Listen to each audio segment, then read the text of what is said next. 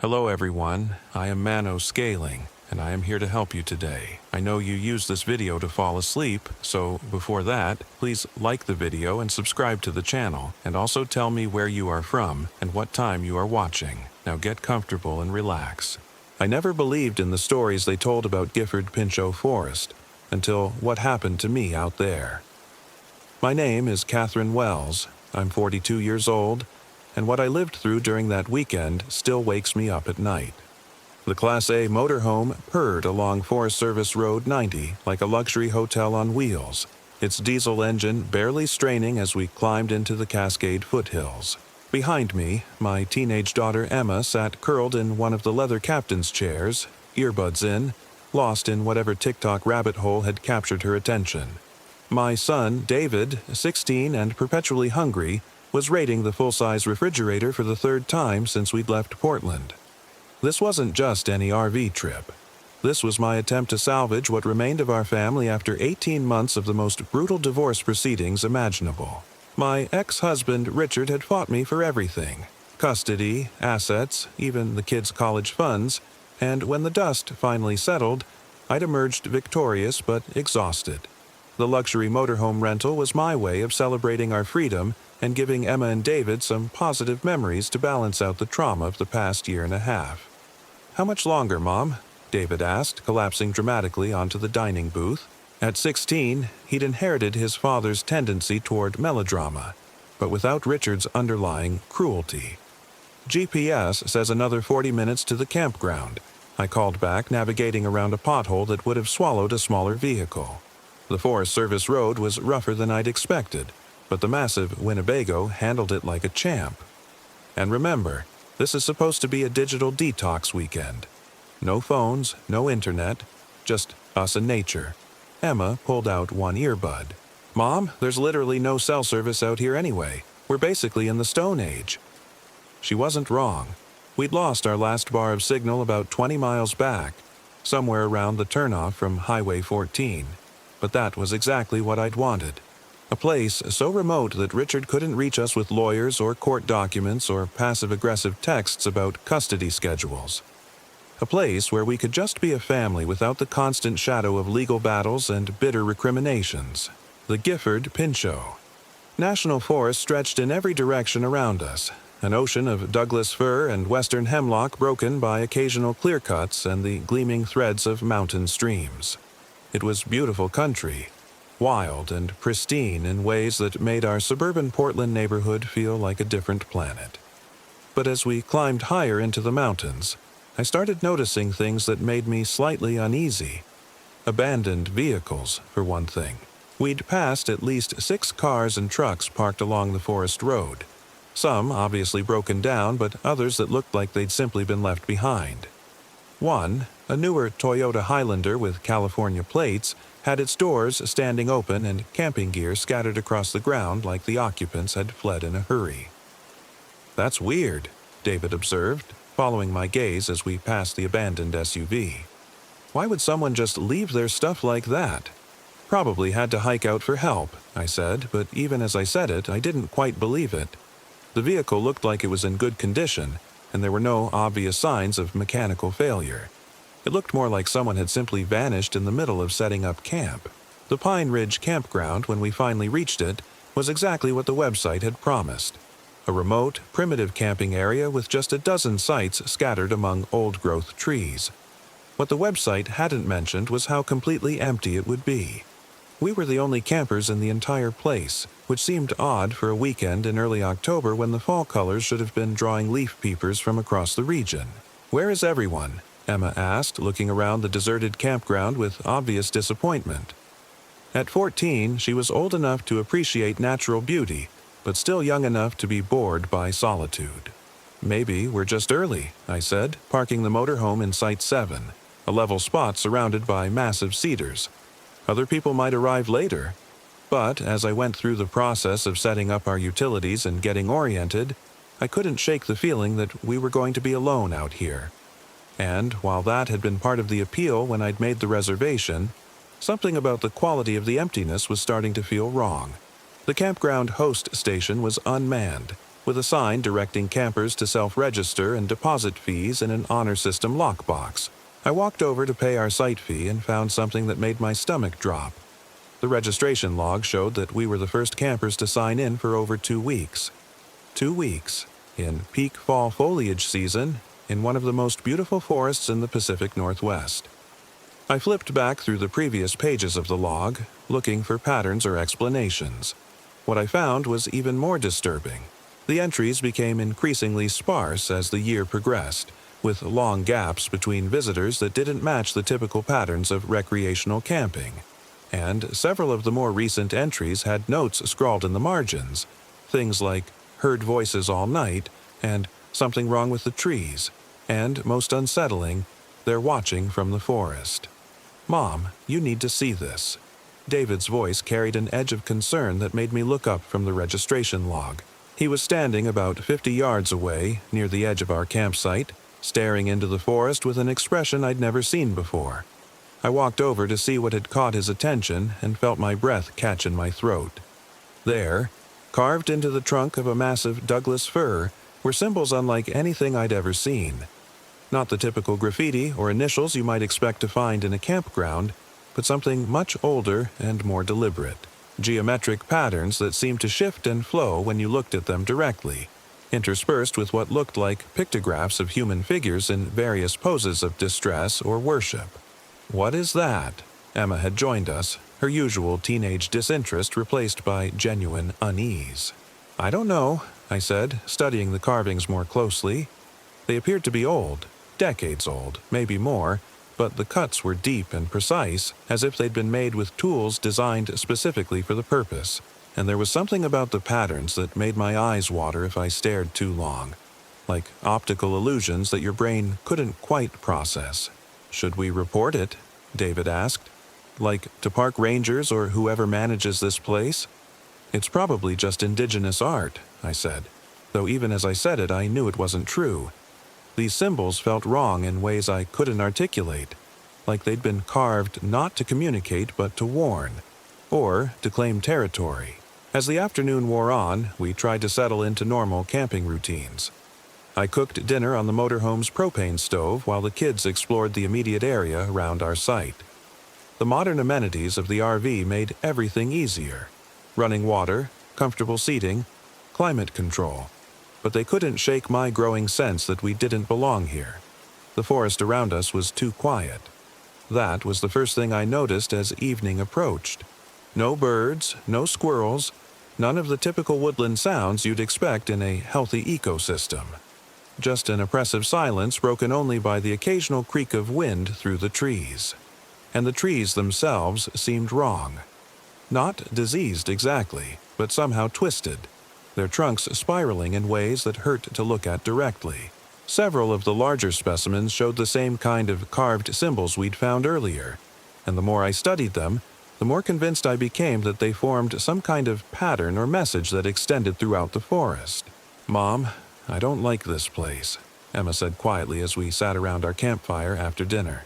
She'd abandoned her usual teenage sullenness in favor of sitting close to me on the folding camp chairs, something she hadn't done in months. "What don't you like about it?" "It feels hungry," she said, struggling to find the right words. "Like the forest is waiting for something to happen." David nodded agreement. "And did you notice we haven't seen any animals? Not even insects. That's not normal." He was right. In all my years of camping with the kids, I'd never experienced such complete absence of wildlife. Even in the depths of winter, you'd expect to see birds, or at least evidence of small mammals. Here, there was nothing. Just the oppressive weight of ancient trees and the growing certainty that we were being observed by something that meant us harm. That night, I lay awake in the motorhome's comfortable master bed, listening to sounds that shouldn't exist. It started around midnight with what sounded like footsteps circling our campsite. Slow, deliberate steps that paused occasionally, as if whoever, or whatever, was walking was stopping to examine our setup. I told myself it was probably just other campers arriving late, but when I looked out the window, the campground was as empty and dark as it had been all day.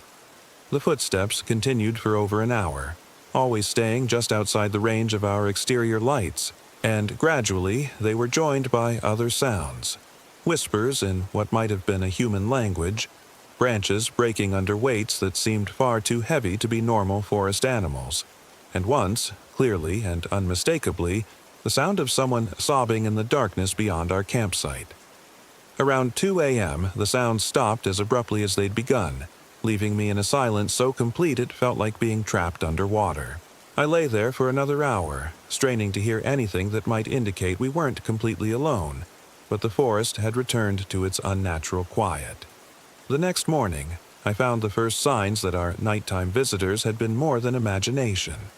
Footprints circled our motorhome in the soft earth, human-shaped but wrong, too long and narrow with what looked like claw marks at the tips of the toes, and scratched into the side of our vehicle, barely visible but definitely there, were more of those strange symbols we'd been finding carved into trees. "We're leaving," I announced as Emma and David emerged from their sleeping alcoves, rubbing sleep from their eyes. "Right now. Pack everything." "Mom, what's wrong?" Emma asked, but she was already moving toward her belongings with the quick efficiency that had developed during the worst months of the divorce proceedings. She'd learned to respond to crisis mode without asking too many questions. "Something's not right here," I said, starting the engine and running through the motorhome's departure checklist with mechanical precision. "We're going to find a different campground, somewhere with more people." David peered out the window at the symbols scratched into our siding. "Did someone do that last night?" "Probably just vandals," I lied, not wanting to voice my growing conviction that whatever had marked our vehicle wasn't entirely human. We were packed and ready to leave within 30 minutes, but as I tried to start the engine, nothing happened. The dashboard lights came on normally, all the systems showed green, but when I turned the key, there was just a soft, clicking sound where the engine should have roared to life. "Battery's dead?" David suggested, but that didn't make sense. We'd been running on shore power all night, and the motorhome systems were designed to prevent battery drain. I tried several more times, checking fuses and connections with growing desperation. Everything looked normal, but the engine simply wouldn't start. And as I worked, I became increasingly aware that we were being watched from the tree line around our campsite. Nothing obvious, just fleeting movements in my peripheral vision, shadows that shifted when they shouldn't have, the persistent feeling of eyes tracking my every movement. And gradually I began to hear whispers coming from the forest, too faint to make out words but clearly directed at us. "Mom," Emma said quietly, "there's someone in the trees." I looked where she was pointing and felt my blood turn to ice. Standing just inside the tree line, barely visible in the dappled shadow, was a figure that might have been human at first glance. But the more I studied it, the more wrong it seemed. Too tall, too thin, standing motionless in a way that no living person could maintain. As we watched, the figure began to move toward us with a gliding motion that suggested it wasn't quite walking. And as it drew closer, I could see that its face was smooth and featureless, like a mannequin that had never been finished. "Get inside," I ordered, pushing both kids toward the motorhome's door. "Lock everything. Don't look out the windows." We huddled inside while the figure approached our campsite with that same unnatural gliding gait.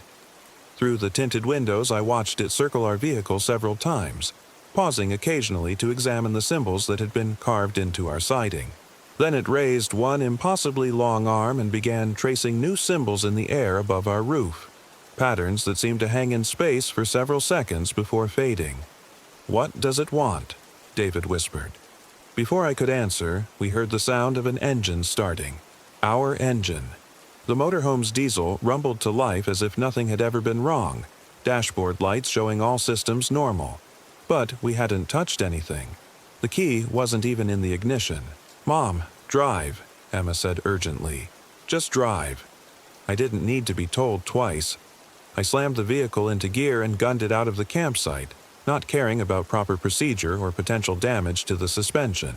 Behind us, I could see the figure standing motionless in the spot where our motorhome had been parked, watching our retreat with that blank, featureless face. The forest road seemed longer on the way out, winding through increasingly dense trees that pressed in on both sides like green walls. And, despite the powerful engine beneath us, our progress felt unnaturally slow. like we were moving through thick liquid instead of air. Worse, the forest around us was changing. The trees grew more twisted and grotesque with every mile, their trunks spiraling in directions that violated basic geometry. The carved symbols appeared more frequently, covering entire groves in patterns that made my eyes water and my head ache. And we weren't alone on the road. Other figures were moving through the trees parallel to our route. The same impossibly tall, featureless entities we'd seen at our campsite. They paced us without effort, gliding between the trunks with fluid grace while we struggled to maintain speed on the rough forest road. "There are so many of them," David breathed, staring out the side windows at our escorts. He was right. What had started as a few scattered figures had grown into a procession of dozens, all moving with the same eerie synchronization, all keeping pace with our motorhome as we fled down the mountain. "Don't look at them," I warned, focusing on the road ahead. "Just don't look." But it was impossible not to look. They were everywhere now, standing at the edge of clear cuts, emerging from behind massive tree trunks flowing like pale water through the underbrush. And all of them were watching us with those blank, eyeless faces, tracking our progress with predatory interest. The worst part was that some of them were wearing clothes. Modern clothes, hiking gear, camping outfits, even what looked like business casual attire, as if they'd once been ordinary people who'd made the mistake of venturing too deep into these woods and been transformed into something else entirely. The missing cars, I realized with growing horror. All those abandoned vehicles we saw on the way in. These things used to be people. As if responding to my words, one of the figures stepped directly into the road ahead of us. It was wearing a familiar-looking outfit. Khaki pants and a blue fleece jacket that I was sure I'd seen before. As we got closer, I realized where. The abandoned Toyota Highlander with California plates. The figure stood motionless in our path, forcing me to choose between hitting it and stopping. At the last second, I swerved around it, feeling the motorhome's tires slip on the gravel shoulder. But as we passed, the thing turned its head to follow our movement, and for just a moment I could swear I saw the ghost of human features beneath that smooth, blank surface. We drove in terrified silence for what felt like hours, but according to the dashboard clock was only about 40 minutes. The entities continued to pace us through the forest, their numbers gradually thinning as we descended toward the main highway. By the time we reached the pavement, only a few stragglers remained visible among the trees, and they stopped following once we turned onto the asphalt. I didn't stop driving until we reached the outskirts of Portland, pulling into the first truck stop I saw and collapsing over the steering wheel with relief. We were safe. We were back in civilization. We were alive.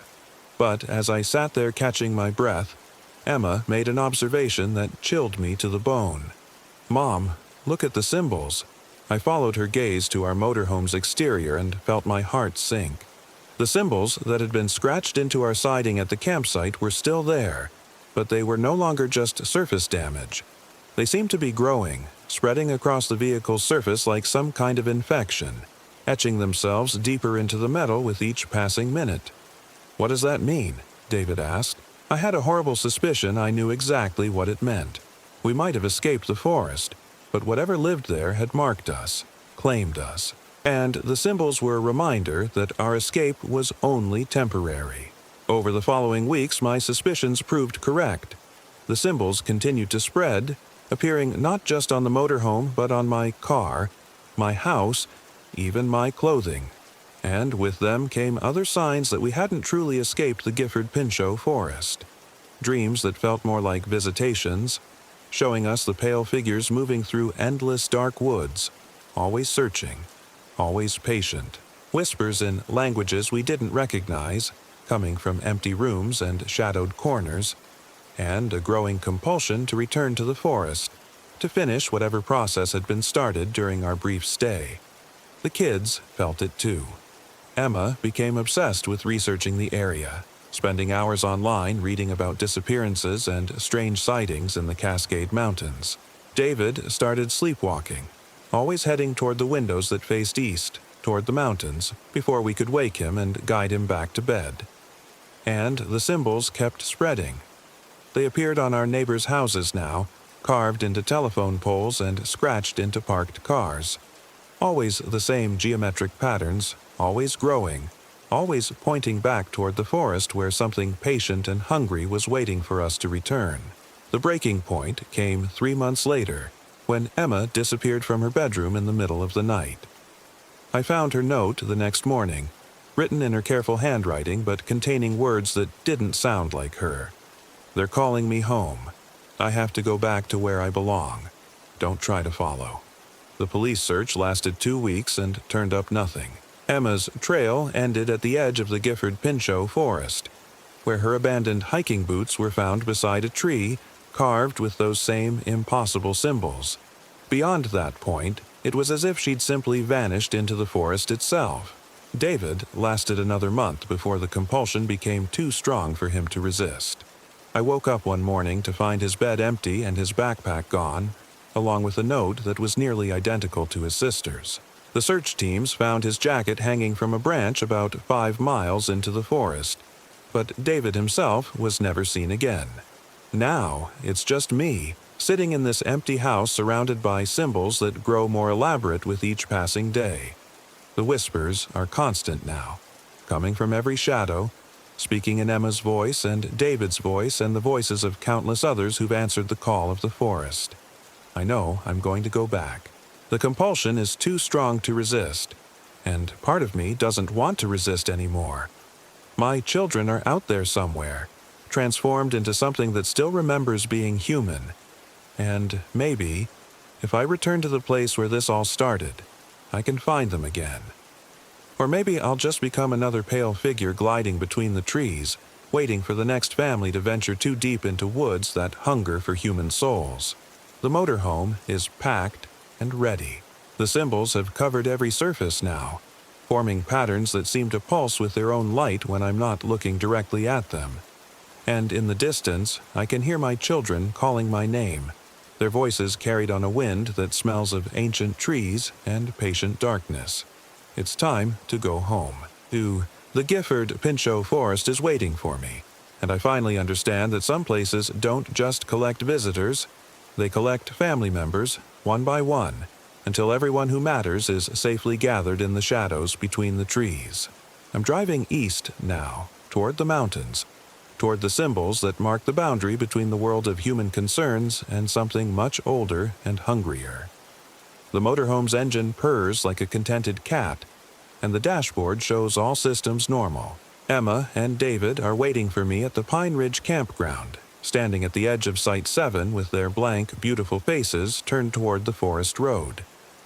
They wave as I approach, their movements fluid and graceful in ways that human bodies were never meant to achieve.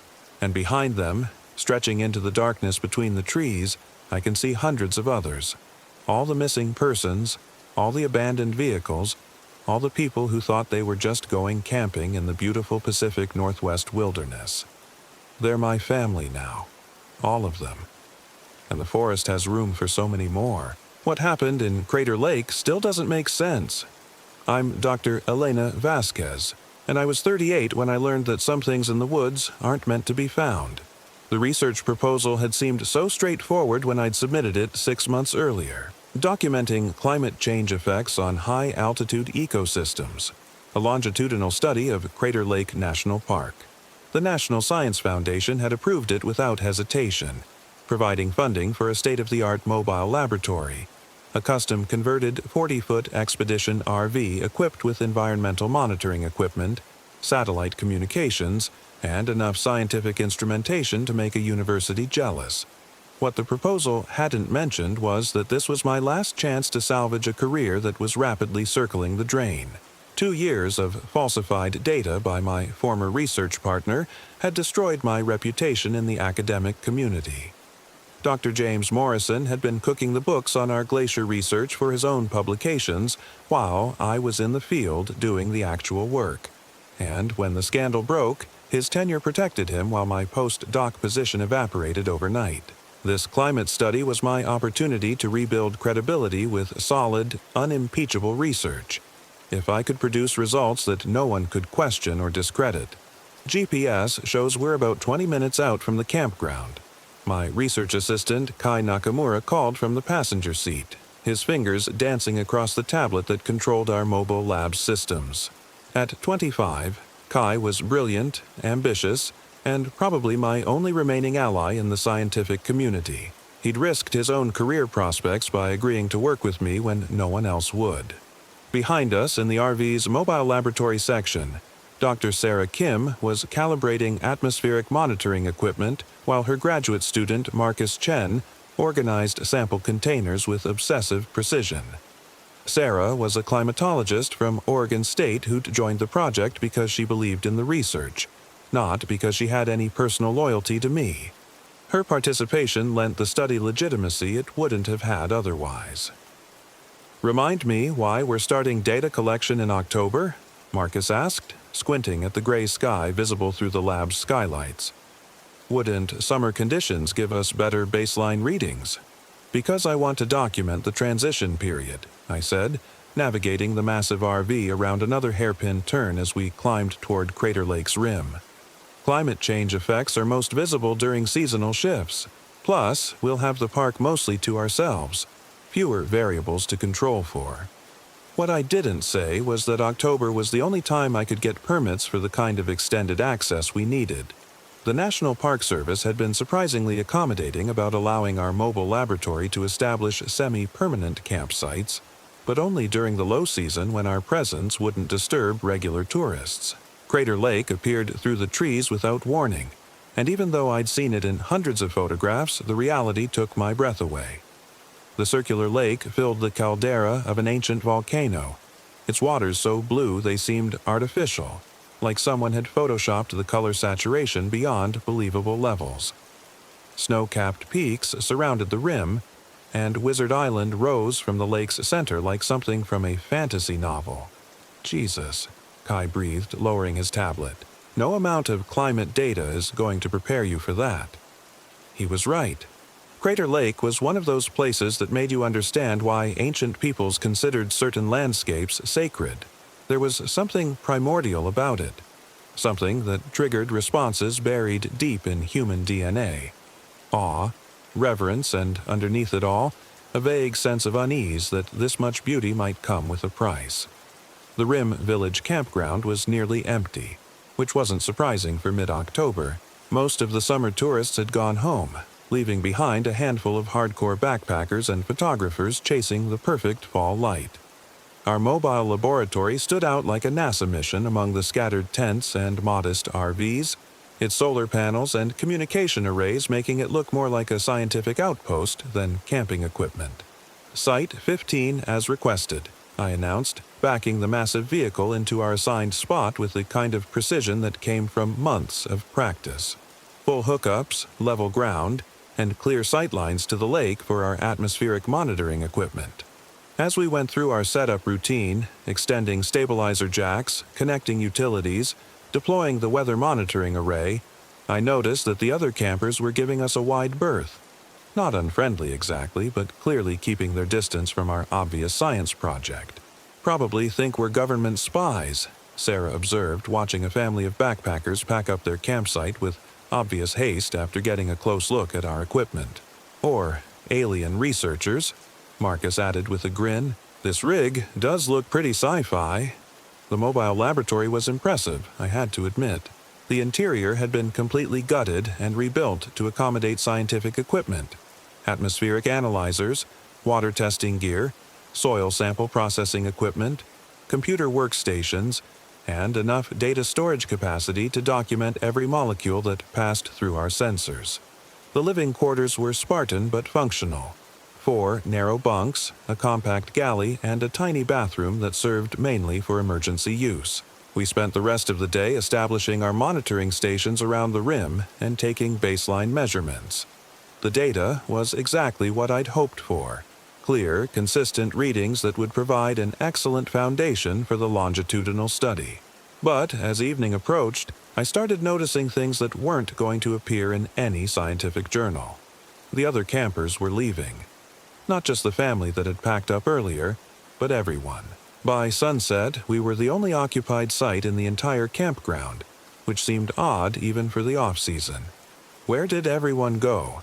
Kai asked, scanning the empty campsites through binoculars. It's like the place just emptied out. Maybe there's a weather warning we missed, Sarah suggested, checking her phone for emergency alerts. Though our instruments aren't showing any incoming storms. I walked over to the campground host station to ask about the mass exodus, but found it locked up tight with a handwritten sign. Host unavailable. Self-register, emergency contact, Crater Lake, NPS Rangers. That should have been our first warning. That night, as we reviewed the day's data and planned the next phase of our monitoring, I became aware of sounds that didn't belong in the normal acoustic landscape of a national park. Subtle things at first. Water lapping against shorelines when there was no wind. Branches creaking in rhythms that didn't match the breeze. And underneath it all, a low humming that seemed to come from the lake itself. "You guys hearing that?" Marcus asked around midnight, looking up from the spectral analysis he'd been running on our atmospheric samples. We all stopped what we were doing and listened. The humming was definitely there, barely audible but persistent, like the distant drone of machinery operating deep underground. "Probably geothermal activity," Sarah said, but she sounded uncertain.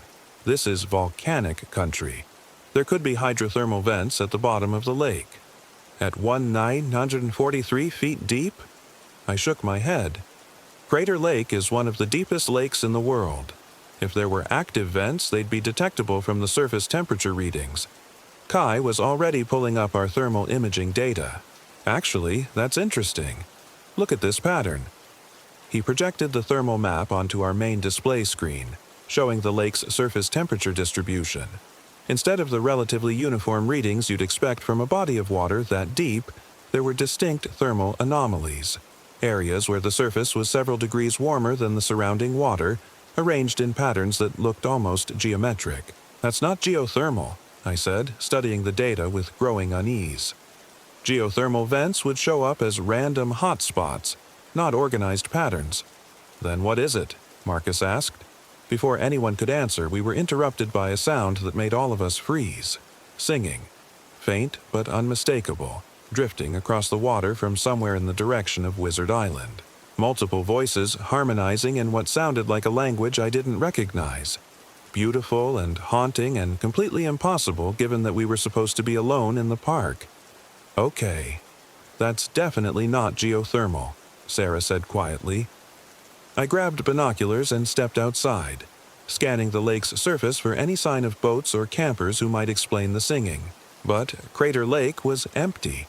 Its surface mirror-smooth in the moonlight, reflecting the stars like a dark sky turned upside down.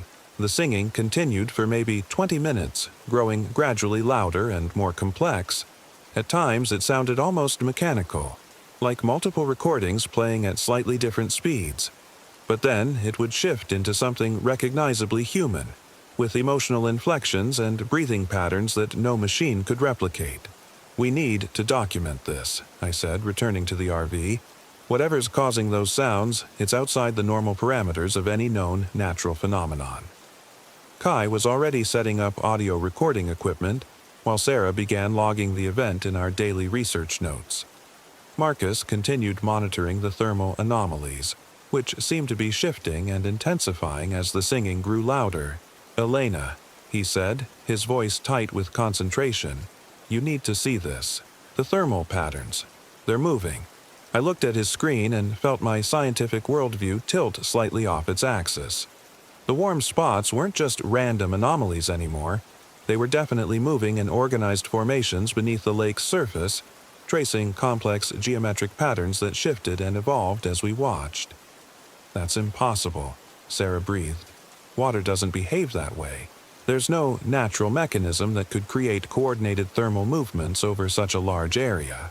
Unless something's creating them deliberately," I said, voicing the thought that all of us were trying to avoid. As if responding to my words, the singing stopped abruptly, leaving behind a silence so complete it felt oppressive. And in that silence, we heard something else. Splashing. Rhythmic, deliberate splashing. Like something large moving through water with purpose. "Motion sensors are picking up activity," Kai reported, monitoring our perimeter equipment. "Multiple contacts moving along the shoreline. I stepped outside again, this time bringing night vision equipment. What I saw through the infrared scope made my hands shake. Figures were emerging from the lake, dozens of them, moving through the shallow water near the shore with fluid, inhuman grace. They were humanoid in basic shape, but wrong in every detail. Too tall, too thin, moving in ways that suggested their joints bent in directions human anatomy couldn't accommodate. "Get everyone inside," I whispered into my radio. "Right now, lock everything down." We huddled in the mobile laboratory, monitoring our external sensors while whatever had emerged from the lake began exploring our campsite. Through the security cameras, we could see them moving with obvious intelligence, examining our equipment, our vehicles, even the RV itself. "What are they?" Marcus whispered, staring at the grainy video feeds. "I don't know," I admitted, "but they're definitely not listed in any field guide to Pacific Northwest wildlife." The creatures, for lack of a better term, seemed particularly interested in our scientific instruments. Several of them gathered around our atmospheric monitoring station, moving in patterns that suggested they were studying the equipment rather than simply investigating random objects. "It's like they understand what we're doing here," Sarah observed, "like they recognize scientific equipment." That possibility was almost more disturbing than the existence of the creatures themselves. If they could understand our purpose, what did that say about their intelligence? And what did it say about how long they'd been observing human activity in the area? Around 4 a.m., the creatures began returning to the lake, slipping back into the water with the same fluid grace they'd shown while emerging. By dawn, there was no trace of their visit except for our video recordings and the readings from our instruments. "We have to report this," Sarah said as we reviewed the night's data over coffee and instant oatmeal. "The National Park Service needs to know there's an unknown species in Crater Lake." "Report what, exactly?" I asked. "That we saw unidentified creatures that may or may not have been human emerging from a volcanic lake? Without physical evidence, will sound like cryptozoology cranks." "We have video. We have infrared footage of human-shaped figures near a lake at night. Any debunker worth their degree could explain that away as thermal distortion, equipment malfunction, or outright hoax." I knew I was being overly cautious, but my career couldn't survive another credibility hit. The Morrison scandal had already branded me as unreliable in many circles. Adding "reports lake monsters" to my professional resume would finish what he'd started. "So, what do we do?" Kai asked. "We continue the study," I said. "Document everything but focus on the climate data. If these entities are real, they'll eventually provide enough evidence to speak for themselves." It was a decision I would regret for the rest of my life. We spent the next 3 days establishing a routine that carefully balanced legitimate climate research with covert observation of whatever lived in Crater Lake. During the day, we collected atmospheric samples, monitored water temperature, and documented the ecological indicators that justified our official presence. But every night we watched and recorded as the lake revealed its secrets. The pattern was consistent. Around midnight, thermal anomalies would begin appearing beneath the surface. By 1 a.m., the singing would start, that haunting, multi-layered harmony that seemed to come from the water itself. And sometime between 2 and 3 a.m., the figures would emerge to explore the shoreline and examine whatever human artifacts they found. They were clearly intelligent. Over the course of several nights, we observed them manipulating objects with obvious purpose, returning repeatedly to items that seemed to interest them, and demonstrating what could only be described as scientific curiosity. They examined our equipment without damaging it, moved in coordinated groups that suggested communication, and showed particular interest in anything electronic or mechanical. "They're studying us as much as we're studying them," Marcus observed on our 4th night. "Look at how they're positioning themselves around our monitoring stations. That's not random behavior." He was right. The creatures seemed to understand that our equipment was gathering data, and they'd begun positioning themselves in ways that would ensure their activities were recorded. It was as if they wanted us to document their existence. "But why?" Sarah asked. "What could they possibly gain from human contact?" The answer came on our 5th night, when everything went wrong. I was reviewing thermal data around 2 a.m. when our motion sensors detected something different. Instead of the usual emergence of figures from the lake, our equipment was tracking movement from the surrounding forest. Dozens of contacts approaching our campsite from all directions, moving with the same fluid coordination we'd observed in the lake creatures. "We're surrounded," Kai said quietly, monitoring the tactical display. "At least 40 contacts, maybe more. But these weren't the same entities we'd been observing. Through our night vision equipment, we could see that the approaching figures were different, more human in proportions, wearing what looked like modern clothing, moving with the awkward gait of people rather than the liquid grace of the lake dwellers. "Oh, God," Sarah breathed, focusing her scope on one of the approaching figures. "That's a park ranger uniform." She was right. Several of the figures were wearing the distinctive uniforms of National Park Service personnel, while others wore hiking gear, camping clothes, even what looked like scientific field equipment. The missing people, I realized with growing horror. All the campers who left when we arrived. They didn't leave. They were taken. As we watched, the transformed humans began setting up what could only be described as a ritual circle around our RV. They moved with mechanical precision, placing objects we couldn't identify at specific points while maintaining perfect spacing and coordination. "Elena," Marcus said, his voice tight with panic. "Look at the lake." I turned to see the water beginning to glow. Not the normal bioluminescence you might expect in a mountain lake, but something much brighter and more artificial. The entire surface was radiating pale blue light that grew stronger by the minute, and beneath that light, massive shapes were moving in the depths. "We need to get out of here," Kai said, reaching for the RV's ignition. "Right now." But when he turned the key, nothing happened. The engine didn't even turn over, despite all our systems showing normal battery levels and fuel supply. "They've disabled something," I said, running through emergency procedures while trying to keep the panic out of my voice. "Sarah, try the satellite radio. We need to contact the outside world." But the radio was dead too, along with our cell phones, GPS, and every other piece of electronic communication equipment. We were completely isolated, surrounded by transformed humans performing an unknown ritual while something massive approached from the depths of Crater Lake. "The equipment," Marcus said suddenly.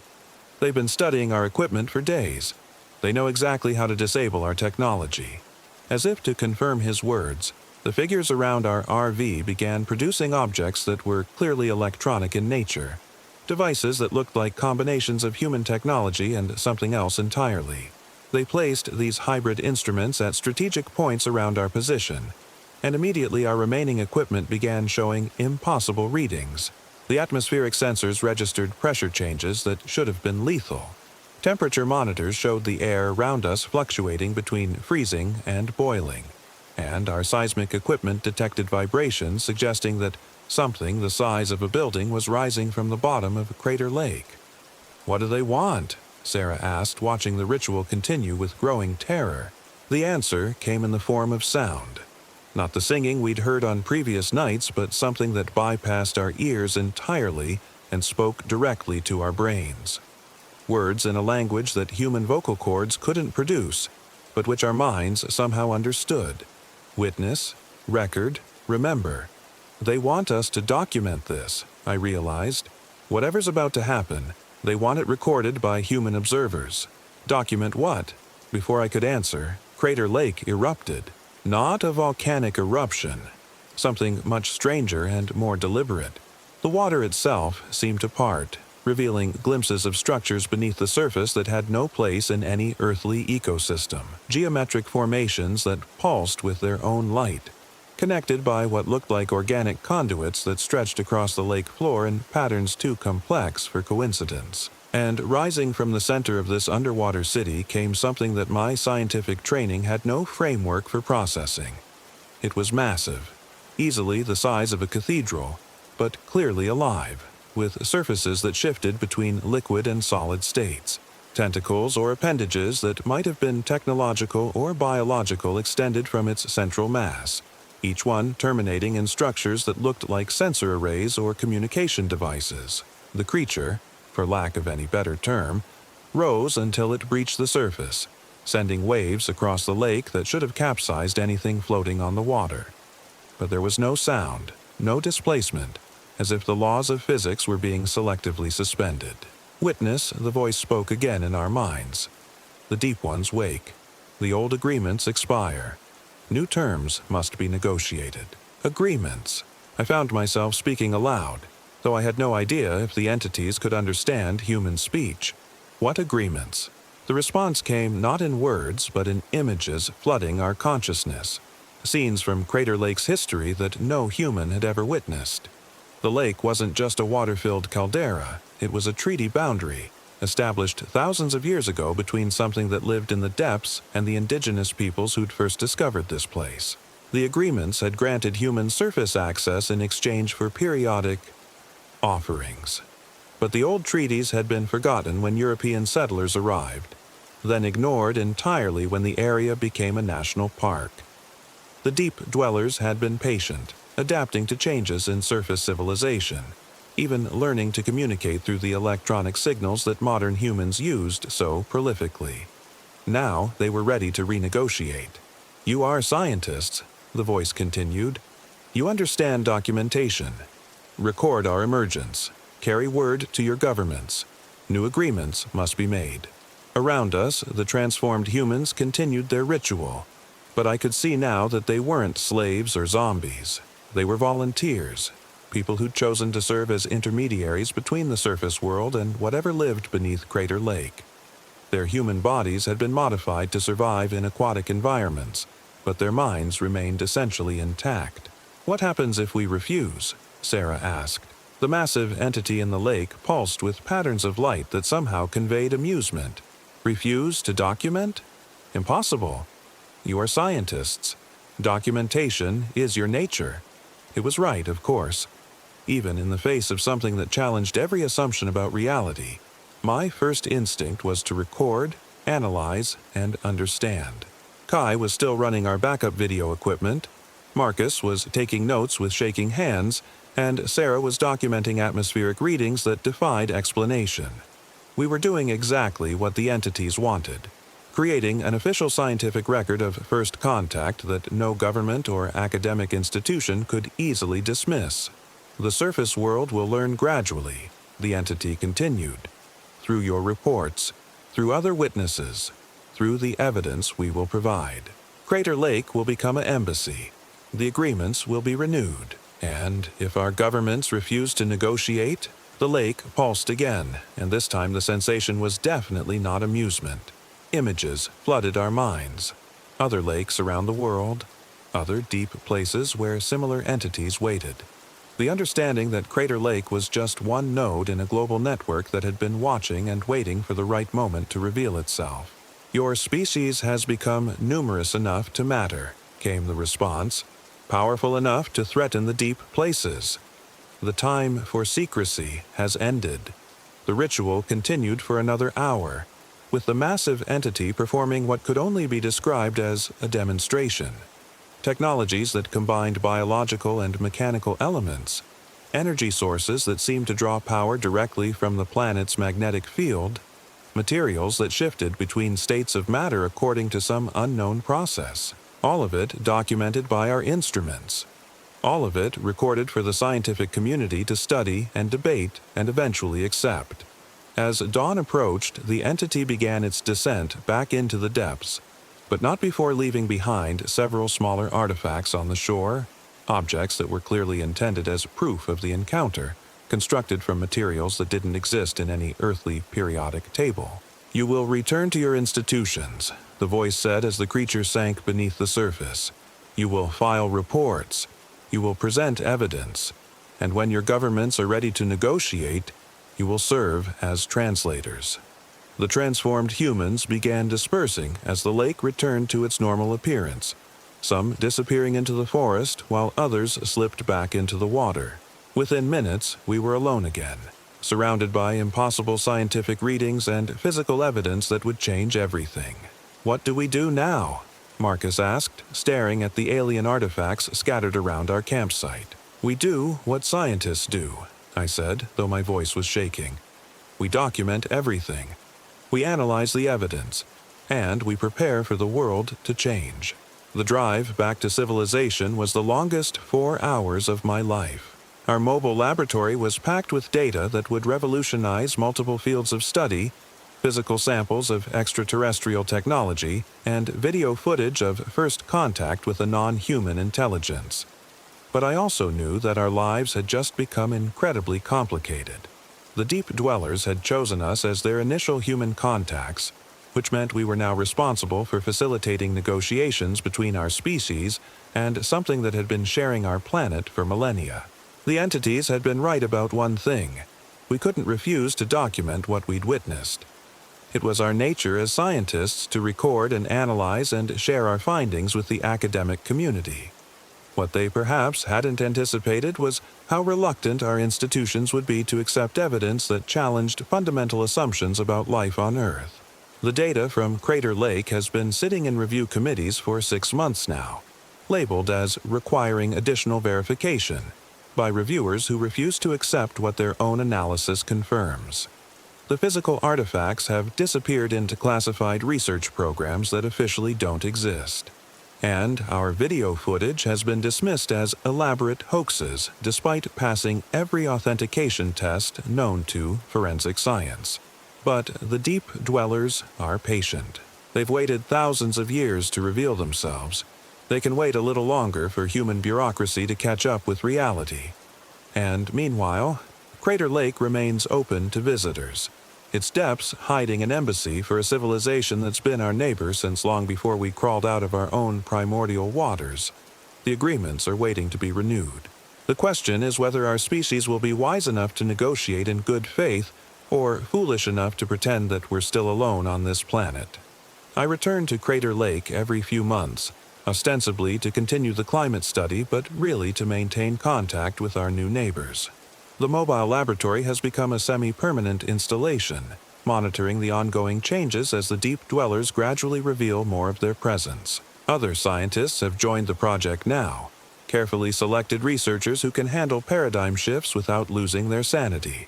We're building a bridge between two civilizations, one careful observation at a time, because the deep ones are still watching, still waiting, still ready to emerge when humanity is finally prepared to accept that the universe is far stranger and more wonderful than we ever imagined. And Crater Lake, that impossible blue jewel in the Cascade Mountains, remains the doorway between worlds, a place where the impossible becomes inevitable, and where two species can finally begin the long process of learning to coexist. The water is deep enough to hold secrets, and patient enough to wait for the right moment to reveal them. I never believed in the stories they told about Mount Baker Wilderness until what happened to me out there. My name is Thomas Bradley. I'm 29 years old, and what I lived through during that week still wakes me up at night. The vintage Airstream gleamed silver in the morning sun as we pulled into the Heather Meadows parking area, its polished aluminum reflecting the massive white bulk of Mount Baker looming above us like a sleeping giant. I'd spent 3 years restoring the 1974 International Sovereign, turning it into the perfect base camp for my documentary project about vanishing indigenous traditions in the Pacific Northwest. Jesus, Tom, this place is incredible, breathed my cinematographer, Alex Morrison, already reaching for his camera gear as we stepped out into the crisp October air. At 31, Alex had shot documentaries in war zones and natural disaster areas, but even he seemed awed by the raw grandeur of the North Cascades spread out before us. Behind us, Dr. Maria Santos emerged from the Airstream's compact but luxurious interior, her field notes already in hand despite having just arrived.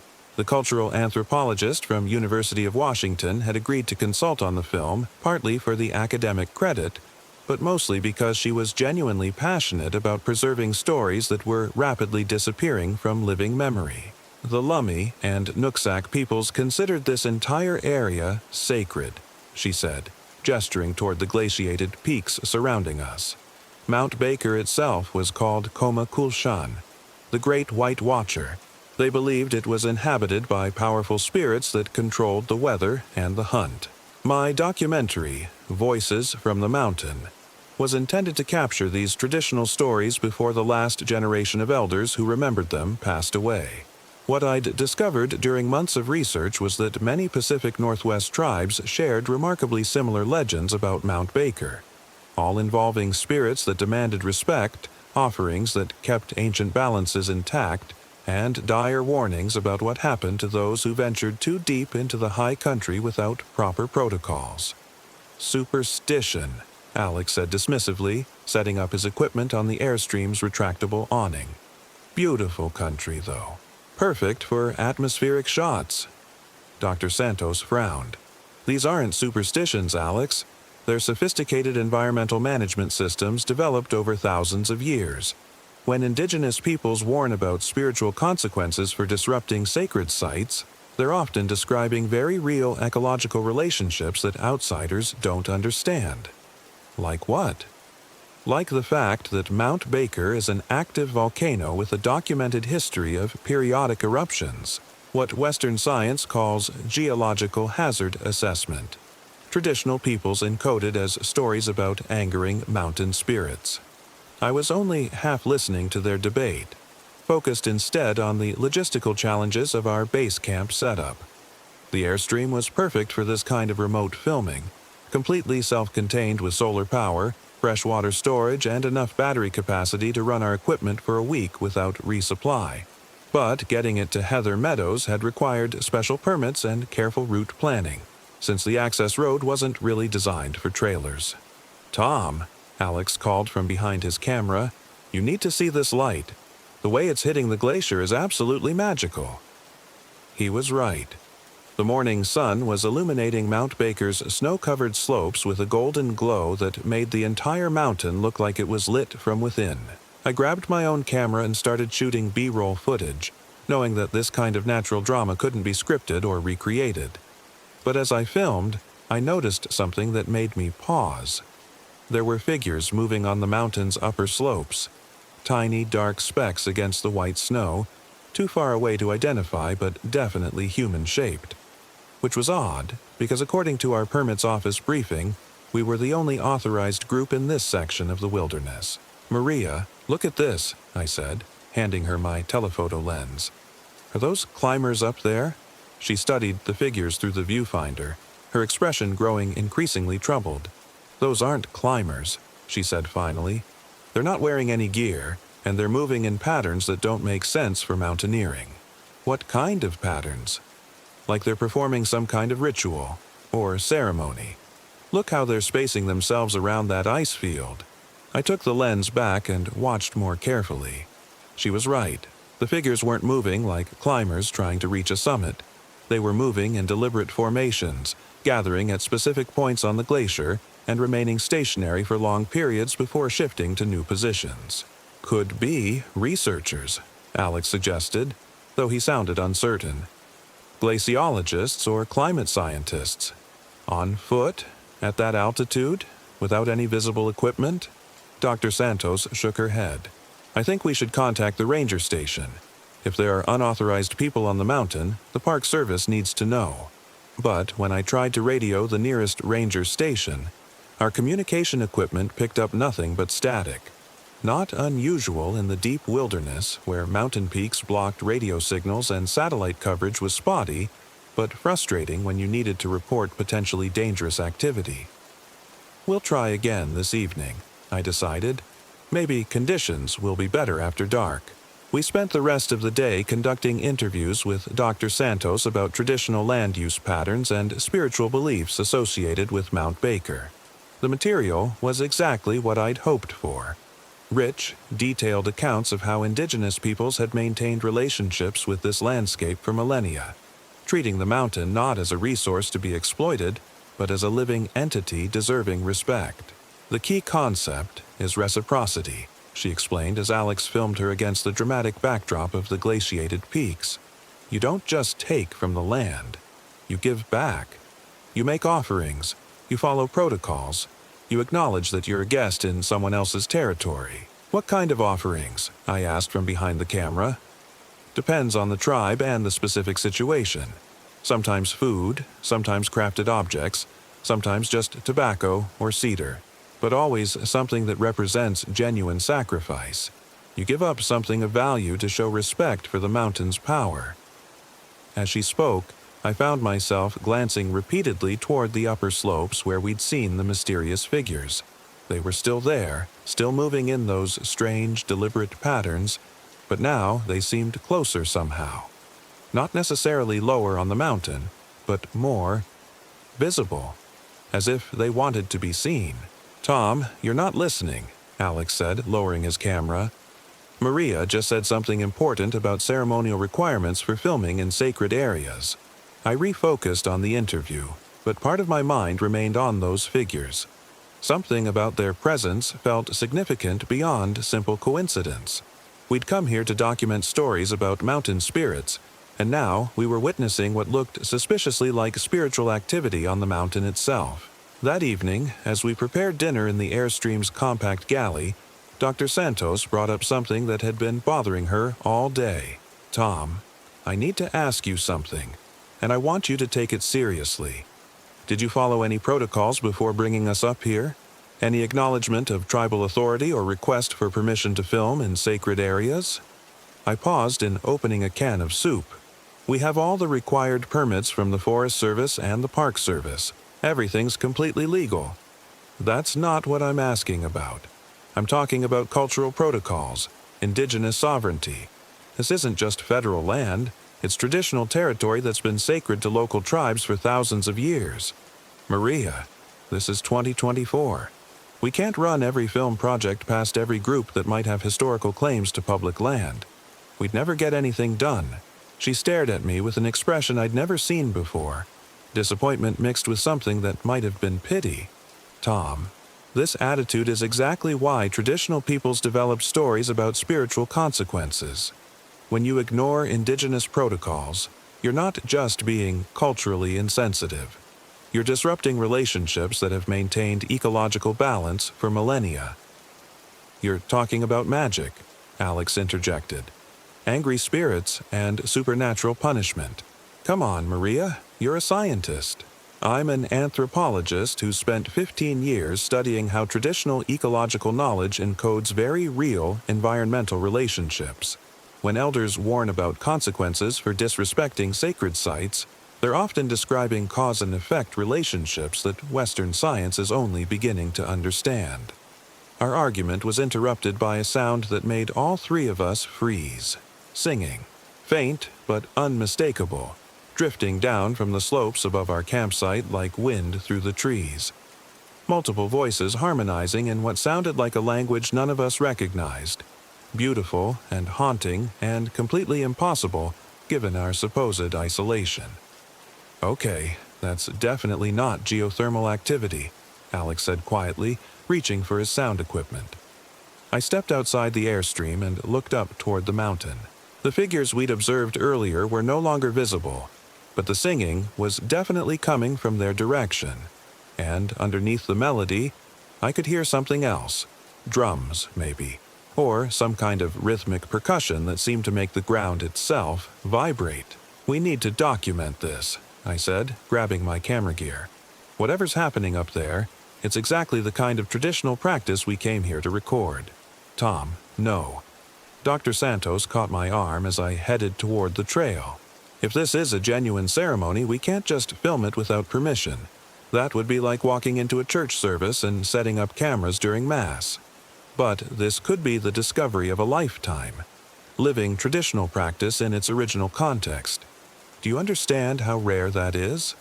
Do you understand how sacred that is? If those are tribal members conducting ceremony, they have every right to privacy. And if they're not," she paused, looking up at the mountain with obvious unease. "If they're not, then we really shouldn't be interfering." Alex was already filming through a telephoto lens, capturing the sound and whatever visual elements he could make out in the gathering darkness. "I'm getting incredible audio," he reported. "This is definitely some kind of organized ritual. Multiple participants, complex harmonies, traditional instruments." The singing continued for over an hour, growing gradually louder and more complex. At times it sounded almost mechanical, like multiple recordings playing at slightly different speeds. but then it would shift into something recognizably human, with emotional inflections and breathing patterns that no machine could replicate. "It's getting closer," Dr. Santos observed, and she was right. The voices that had initially seemed to come from high on the mountain were now clearly much nearer to our position, as if the singers were descending toward us in the darkness. "Should we try to make contact?" I asked. "If these are tribal members, maybe we can explain our project, get permission to document their ceremony. Or maybe we should respect their obvious desire for privacy and stay exactly where we are," Maria countered. But the decision was taken out of our hands when our campsite was suddenly illuminated by lights approaching through the forest. Not the steady beams of flashlights or headlamps, but something that flickered and danced like torches or candles, casting moving shadows that seemed to writhe among the trees. "Someone's coming," Alex whispered, lowering his camera. "Multiple people. Maybe a dozen or more. I could see them now. Figures moving through the forest with the confident grace of people who knew this terrain intimately. They carried what looked like traditional torches or oil lamps, and their silhouettes suggested they were wearing ceremonial clothing rather than modern hiking gear. "This is it," I breathed, reaching for my camera. "This is what we came here for, living tradition in its natural context."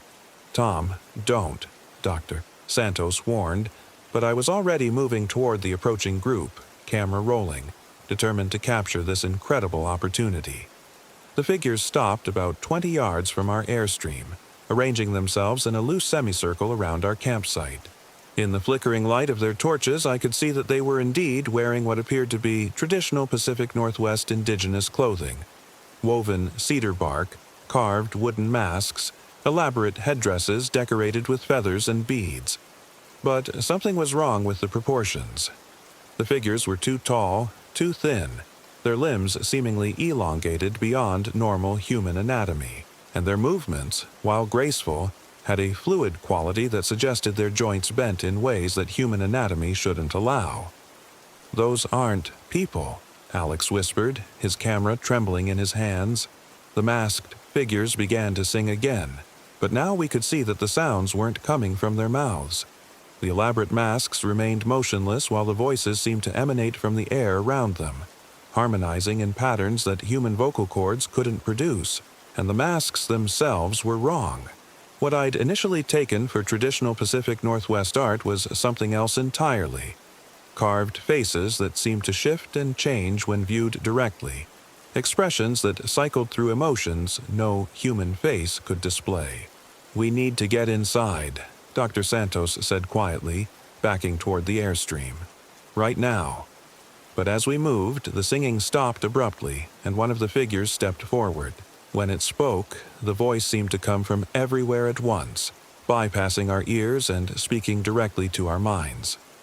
"You seek the old stories," it said in English that carried undertones of languages that predated human speech. "You wish to document the traditions of this place." "Yes," I found myself answering, though every instinct was screaming at me to run. "We're making a film about indigenous traditions associated with Mount Baker." Then witness, record, remember.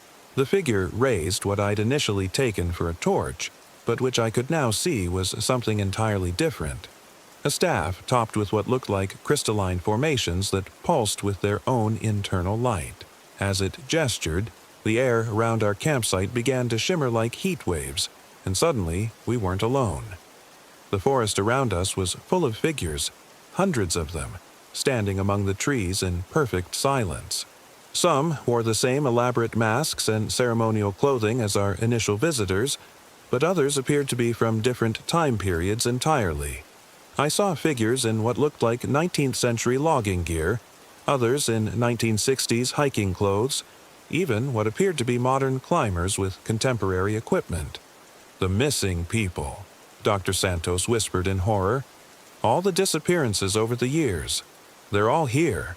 Witnesses," the lead figure confirmed. "All who sought to document the sacred places. All who came without permission, without offerings, without respect." "What happened to them?" I asked, though I was beginning to suspect I didn't want to know the answer. They became part of the stories they sought to capture.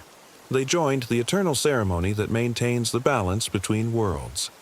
As it spoke, I began to understand what we were seeing. This wasn't a traditional indigenous ceremony at all. It was something much older and stranger. A ritual that had been absorbing unauthorized observers for decades, maybe centuries. Every photographer, filmmaker, researcher, or explorer who'd ventured into sacred areas without proper protocols had been added to this endless performance. "We can leave," Alex said desperately, backing toward the airstream. "We'll pack up right now, drive out, never come back." "You have already seen too much," the figure replied with what might have been regret. "The ceremony cannot be interrupted once it has begun." The other figures began to move, closing in on our campsite with that same fluid grace that defied normal anatomy. And as they approached, I could see that their faces beneath the masks were wrong. Features that had been stretched and reshaped over time. Eyes that reflected light like an animal's. Skin that had taken on the texture of bark or stone. "The stories were warnings," Dr. Santos said with terrible clarity. "All those legends about mountain spirits and consequences for disrespecting sacred places. They weren't metaphors.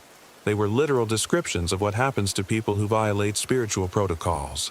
"Correct," the lead figure confirmed. "Your ancestors understood. They made offerings. They sought permission.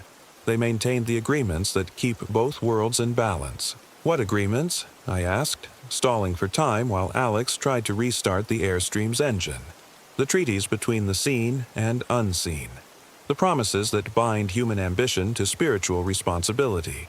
You have documented traditions without understanding their purpose. Now you will become part of the tradition itself." The engine wouldn't start. Our radio equipment was dead. Even our phones showed no signal, as if all electronic devices in the area had been simultaneously disabled. "There has to be another way," I said desperately. "Some other form of payment or offering we can make. The ceremony requires witnesses, observers who can carry the stories forward through time. You sought to document our traditions. Now you will become them." As the figures surrounded us completely, I felt a strange calm descending. The terror was being replaced by something else, a sense of belonging, of purpose, of finally understanding what the mountain had been trying to tell us all along. "You will learn the true stories," the lead figure continued as the others began to sing again. "The complete versions that cannot be captured on film or recorded in books. And in time, you will help us teach them to the next generation of unauthorized observers." The last thing I remember clearly was the feeling of my body beginning to change. Bones lengthening and reshaping themselves. Skin taking on new textures. Consciousness expanding to encompass memories that weren't entirely my own. And through it all, the incredible sense of relief that comes from finally understanding your true purpose. "I am Thomas Bradley, and I am 29 years old, and I have been 29 years old for what feels like decades now. Alex and Dr. Santos are here with me, along with all the others who came seeking to document sacred traditions without understanding the spiritual responsibilities that such documentation requires. We are the keepers of the true stories now. The complete versions that include not just the legends and traditions of indigenous peoples, but the ongoing reality of spiritual forces that most humans have forgotten how to perceive. And we watch for the next group of documentary filmmakers or researchers or adventure photographers who think they can capture sacred knowledge without offering appropriate respect in return. Because the mountain is patient and the ceremony is eternal, and there are always more stories that need proper witnesses. Mount Baker rises above us like a great white sentinel, its glaciers reflecting light that comes from sources beyond the visible spectrum. And in the forests around its base, we continue the work that we came here to do, preserving traditions, maintaining balances, and ensuring that the sacred places remain protected from those who would exploit them.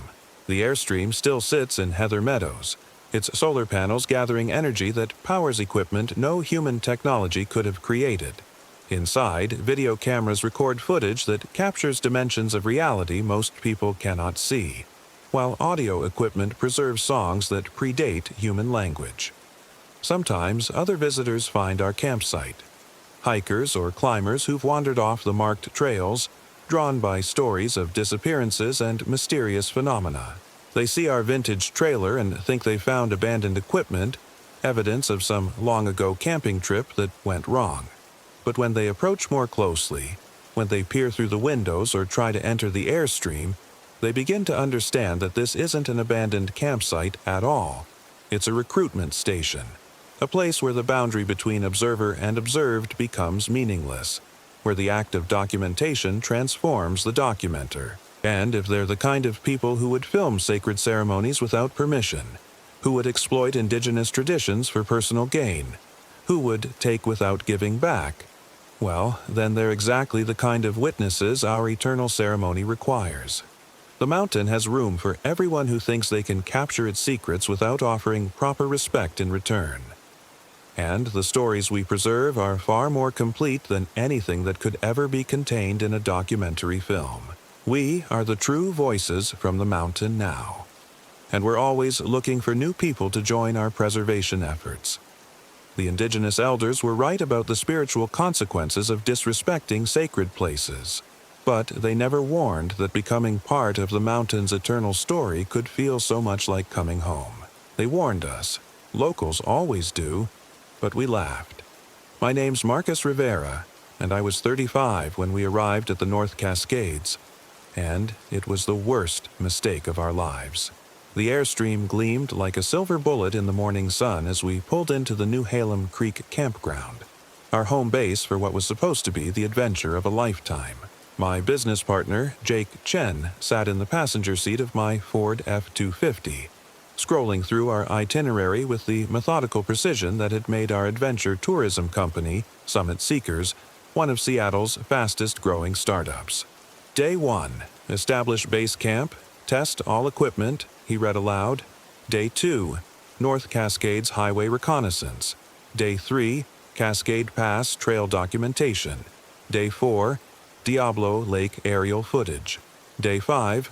Wrap and Review. Behind us in the Airstream's compact but luxurious interior, our videographer Alex Kim was already setting up equipment while our marketing director Sarah Walsh live-tweeted our arrival to Summit Seekers' 45,000 followers. This wasn't just a camping trip.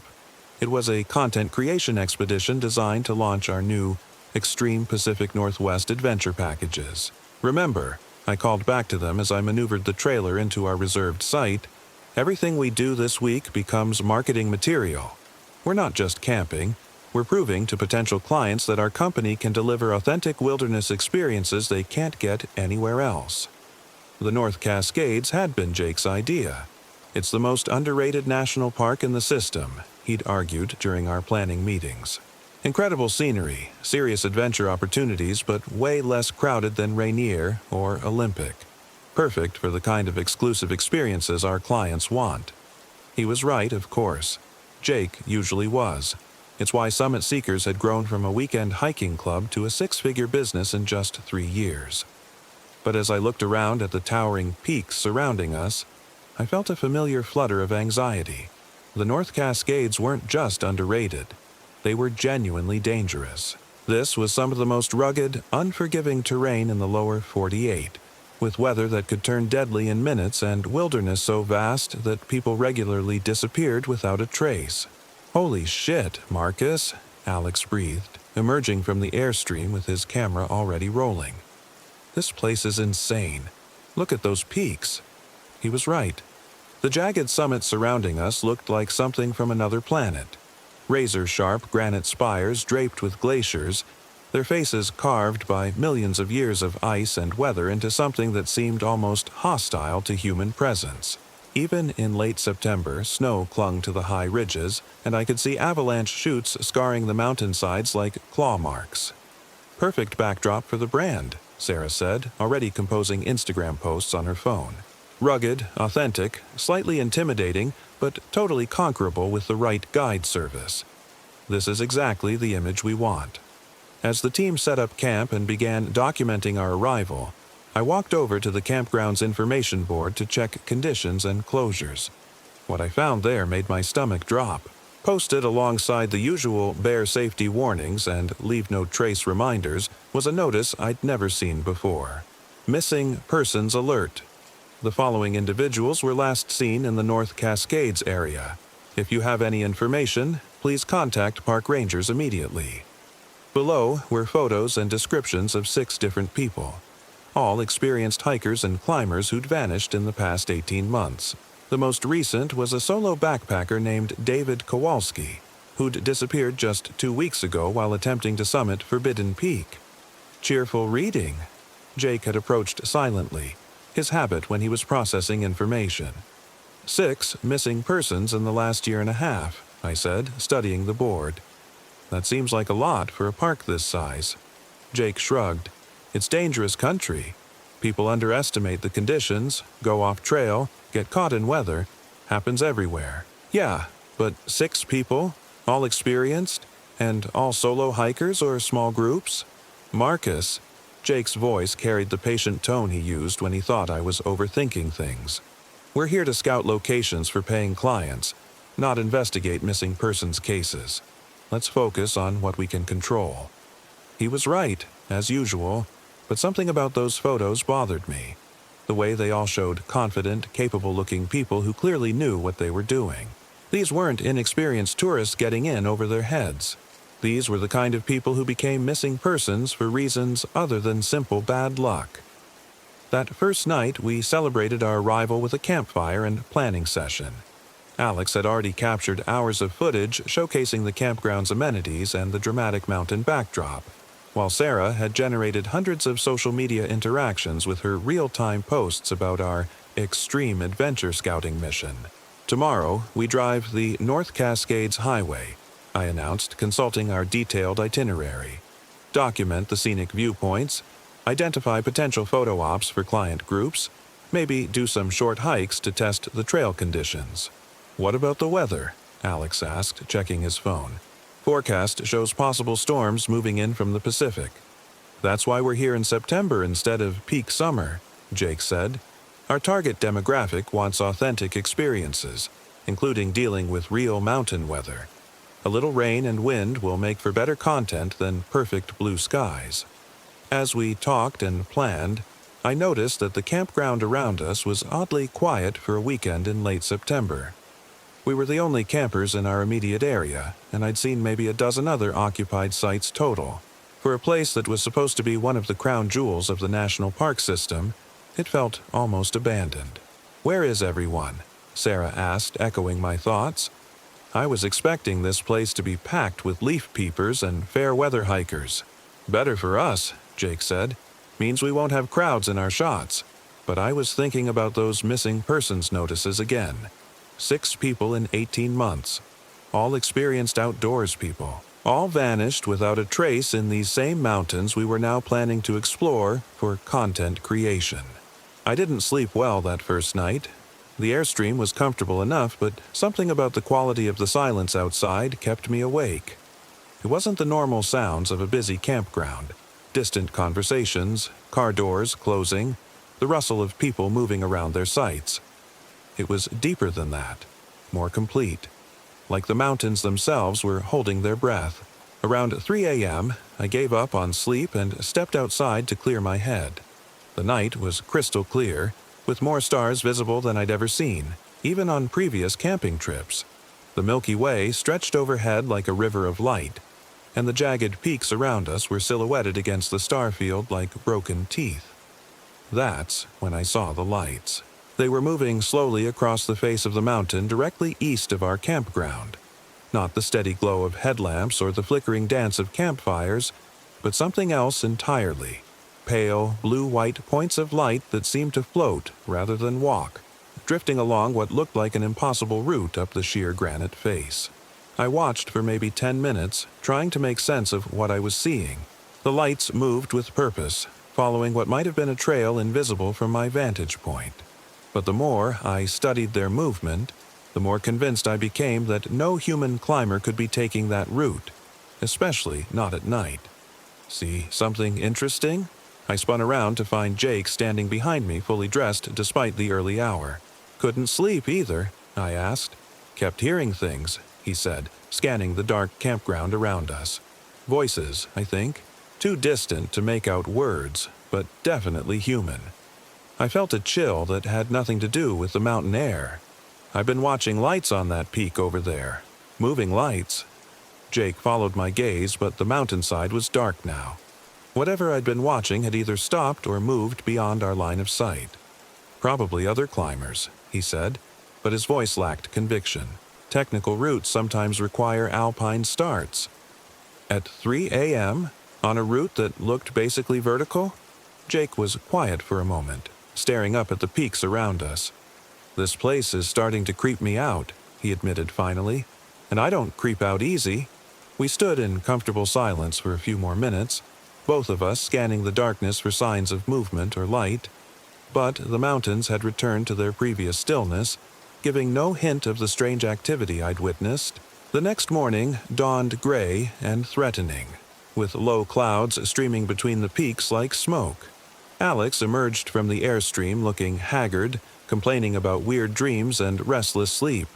Sarah was unusually quiet, nursing her coffee and staring up at the surrounding ridges with an expression I couldn't read. "Everyone ready for the scenic drive?" I asked, trying to inject some enthusiasm into the group's subdued mood.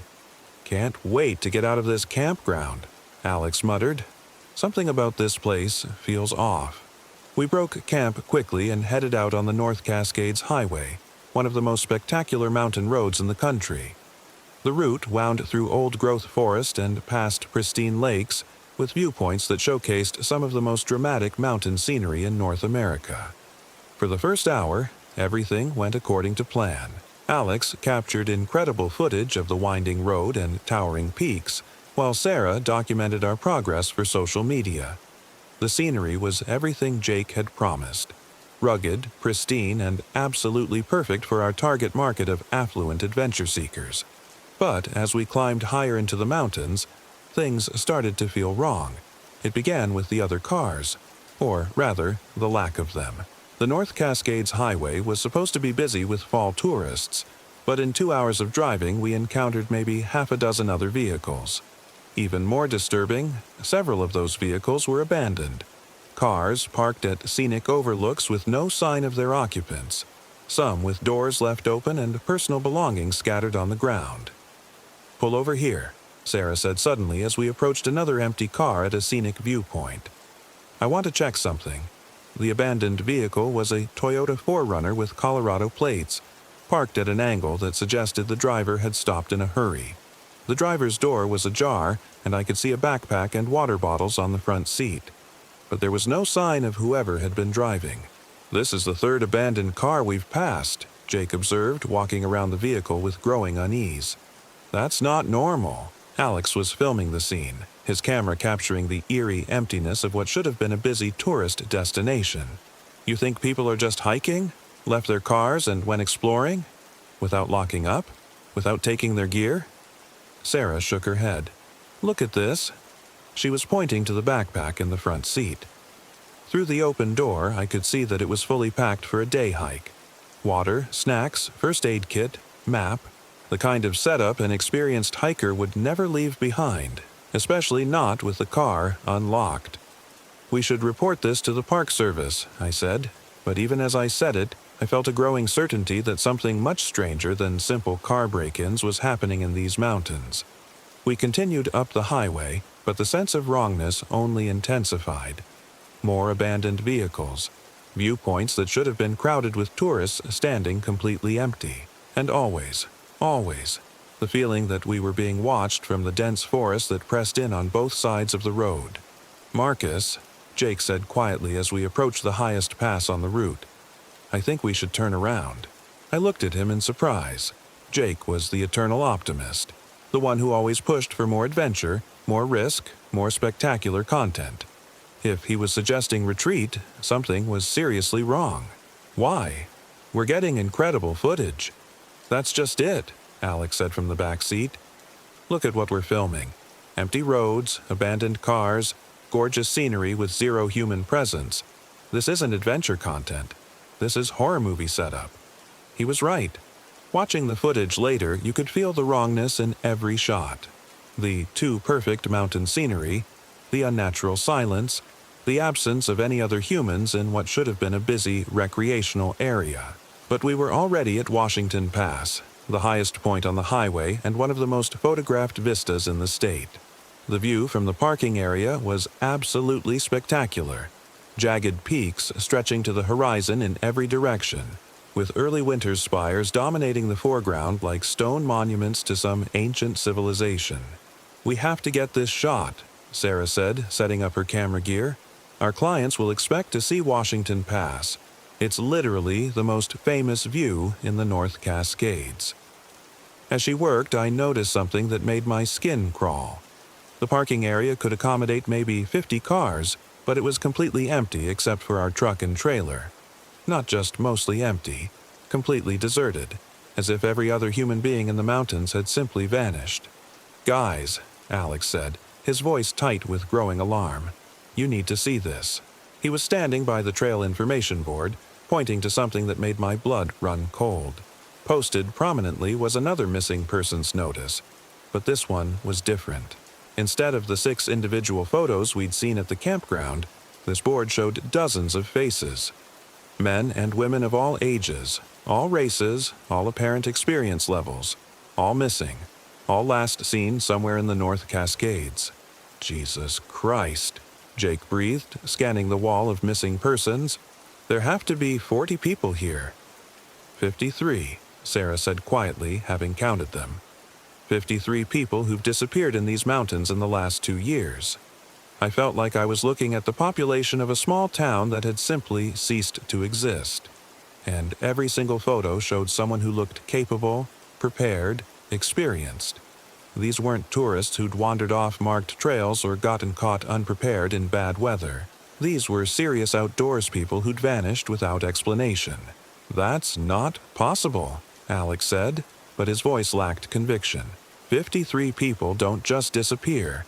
There would be massive search efforts, media coverage, federal investigations. "Maybe there have been," I said, thinking about how isolated we'd felt since arriving in the area. "Maybe that's why this place feels so empty.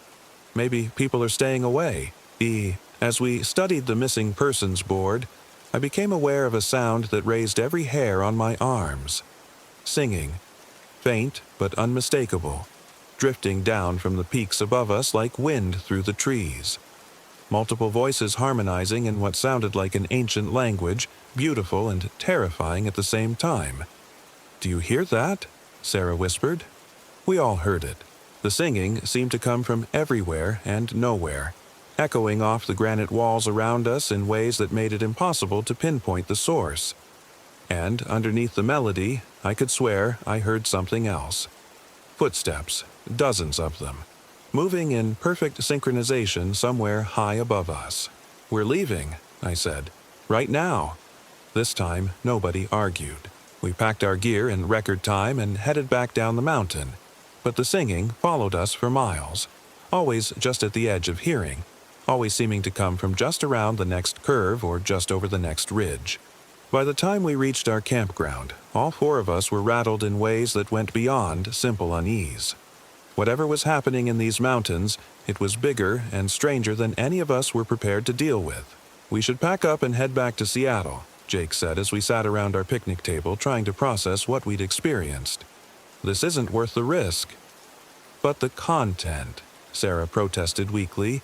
"We came here to document adventure experiences for our clients."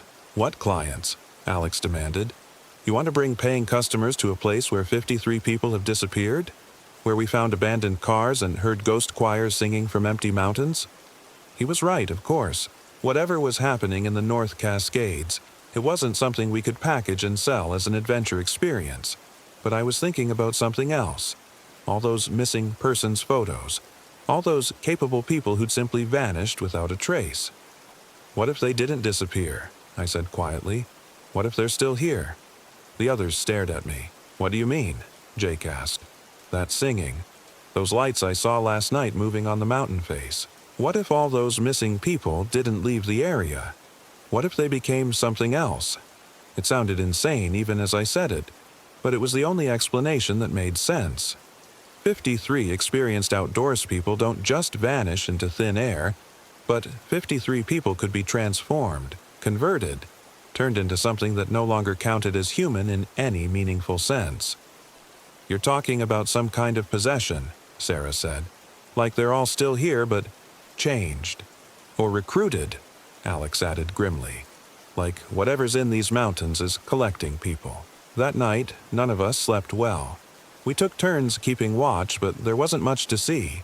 Just the same unnatural stillness that had characterized our entire time in the area. But around midnight, the singing started again. This time, it was closer, much closer. And this time, I could make out individual voices in the chorus, male and female, young and old, all harmonizing in that same beautiful, inhuman melody. But what made my blood freeze was the recognition. Some of those voices sounded familiar. "That's David Kowalski," Sarah whispered, clutching my arm. "The guy from the missing persons board.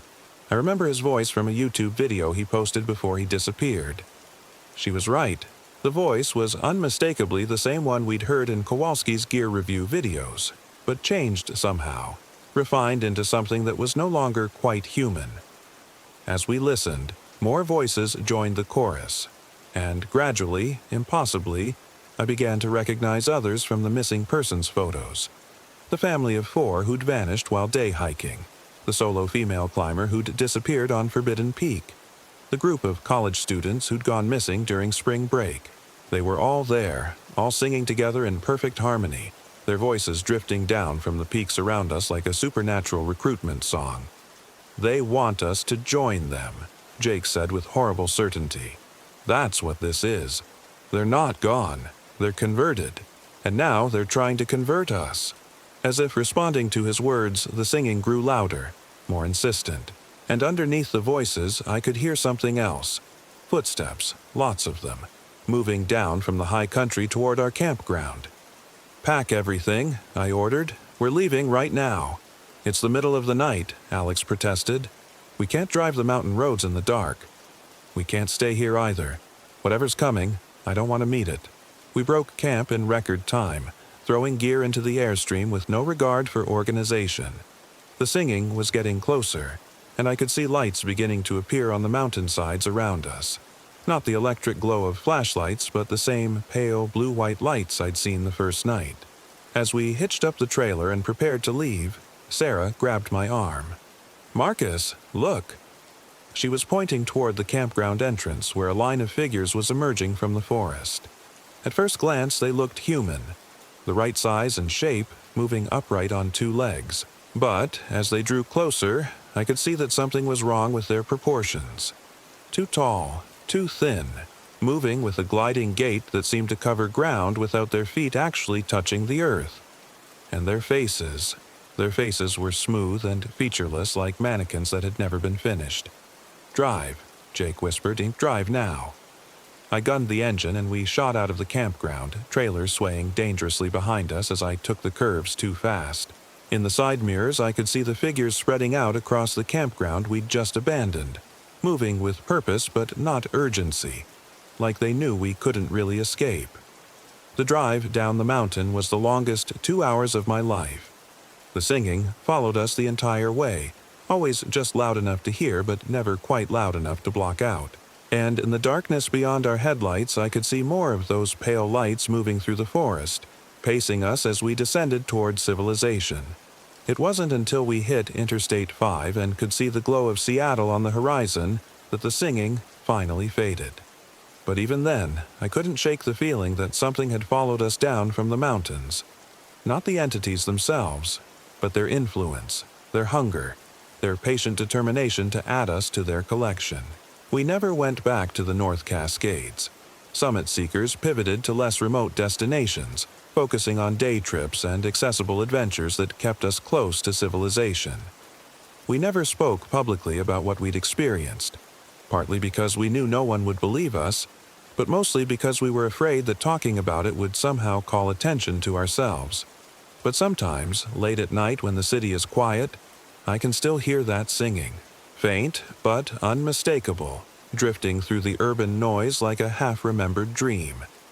And I know that somewhere up in those jagged peaks, 53 missing persons are still there, still waiting, still calling for others to join their eternal chorus. The North Cascades remain open to visitors, of course. The missing persons reports continue to accumulate, slowly, quietly, without the kind of media attention that might scare away tourism revenue. And occasionally, I'll see a social media post from some adventure blogger or influencer heading up there for a authentic wilderness experience. I never try to warn them. Who would believe me? And besides, I'm starting to think that some people are meant to be found by the mountains. Some people are supposed to join that midnight chorus, adding their voices to the eternal song that echoes through the granite cathedrals of the high country. Sometimes I wonder if I was supposed to be one of them. If our escape was really an escape, or just a temporary reprieve. Because the singing is getting louder lately, more insistent. And last week I caught myself researching RV rentals, looking at routes back to the North Cascades, calculating how long it would take to drive up there for just a quick scouting trip. The mountains are patient. They've been here for millions of years, and they'll be here for millions more. They can wait for me to come back. And someday, when the city noise gets too loud and the concrete walls close in too tight, I think I will go back. Not to rescue anyone or solve any mysteries, but simply to answer the call that's been echoing in my head since that night we fled down the mountain highway. Because some songs once heard can never be unheard, and some choirs never stop recruiting new voices. We should have never gone to Salduke Valley. I'm Rebecca Chen. I was 26 back then, and this is the story of how I lost everything. The notification came through our Instagram DMs on a gray October morning, while my girlfriend Melissa and I were having coffee in our tiny Seattle apartment. A brand collaboration offer that seemed too good to be true. Outdoor Life magazine wanted to sponsor a weekend glamping trip to the Olympic Peninsula in exchange for social media coverage. "Babe, look at this," Melissa said, showing me her phone screen. Her hazel eyes were bright with excitement, the same look she got whenever a new opportunity presented itself. After 3 years of grinding to build her travel influencer brand Wild Mel, legitimate sponsorships were still rare enough to get her heart racing. I read over the email. Premium RV rental, all expenses paid, plus a $2,000 fee for content creation. The only requirement was documenting our authentic wilderness experience at Salduke Hot Springs Resort and the surrounding old-growth forest. "This could be huge for us," Melissa continued, already mentally composing captions. "Outdoor Life has like 800,000 followers. If they repost our content..." "It does sound amazing," I admitted, though something about the timing felt off. "But why us? Your following is good, but there are way bigger influencers they could work with." Melissa shrugged, scrolling through the company's previous sponsored posts. "Maybe they want someone more authentic, less polished. The whole real couples in real wilderness angle." She had a point. Melissa's content was gorgeous but approachable. She had a gift for making the Pacific Northwest's most dramatic landscapes feel accessible to her mostly urban audience. Her followers trusted her recommendations because she genuinely loved the outdoors, not just the photo opportunities it provided.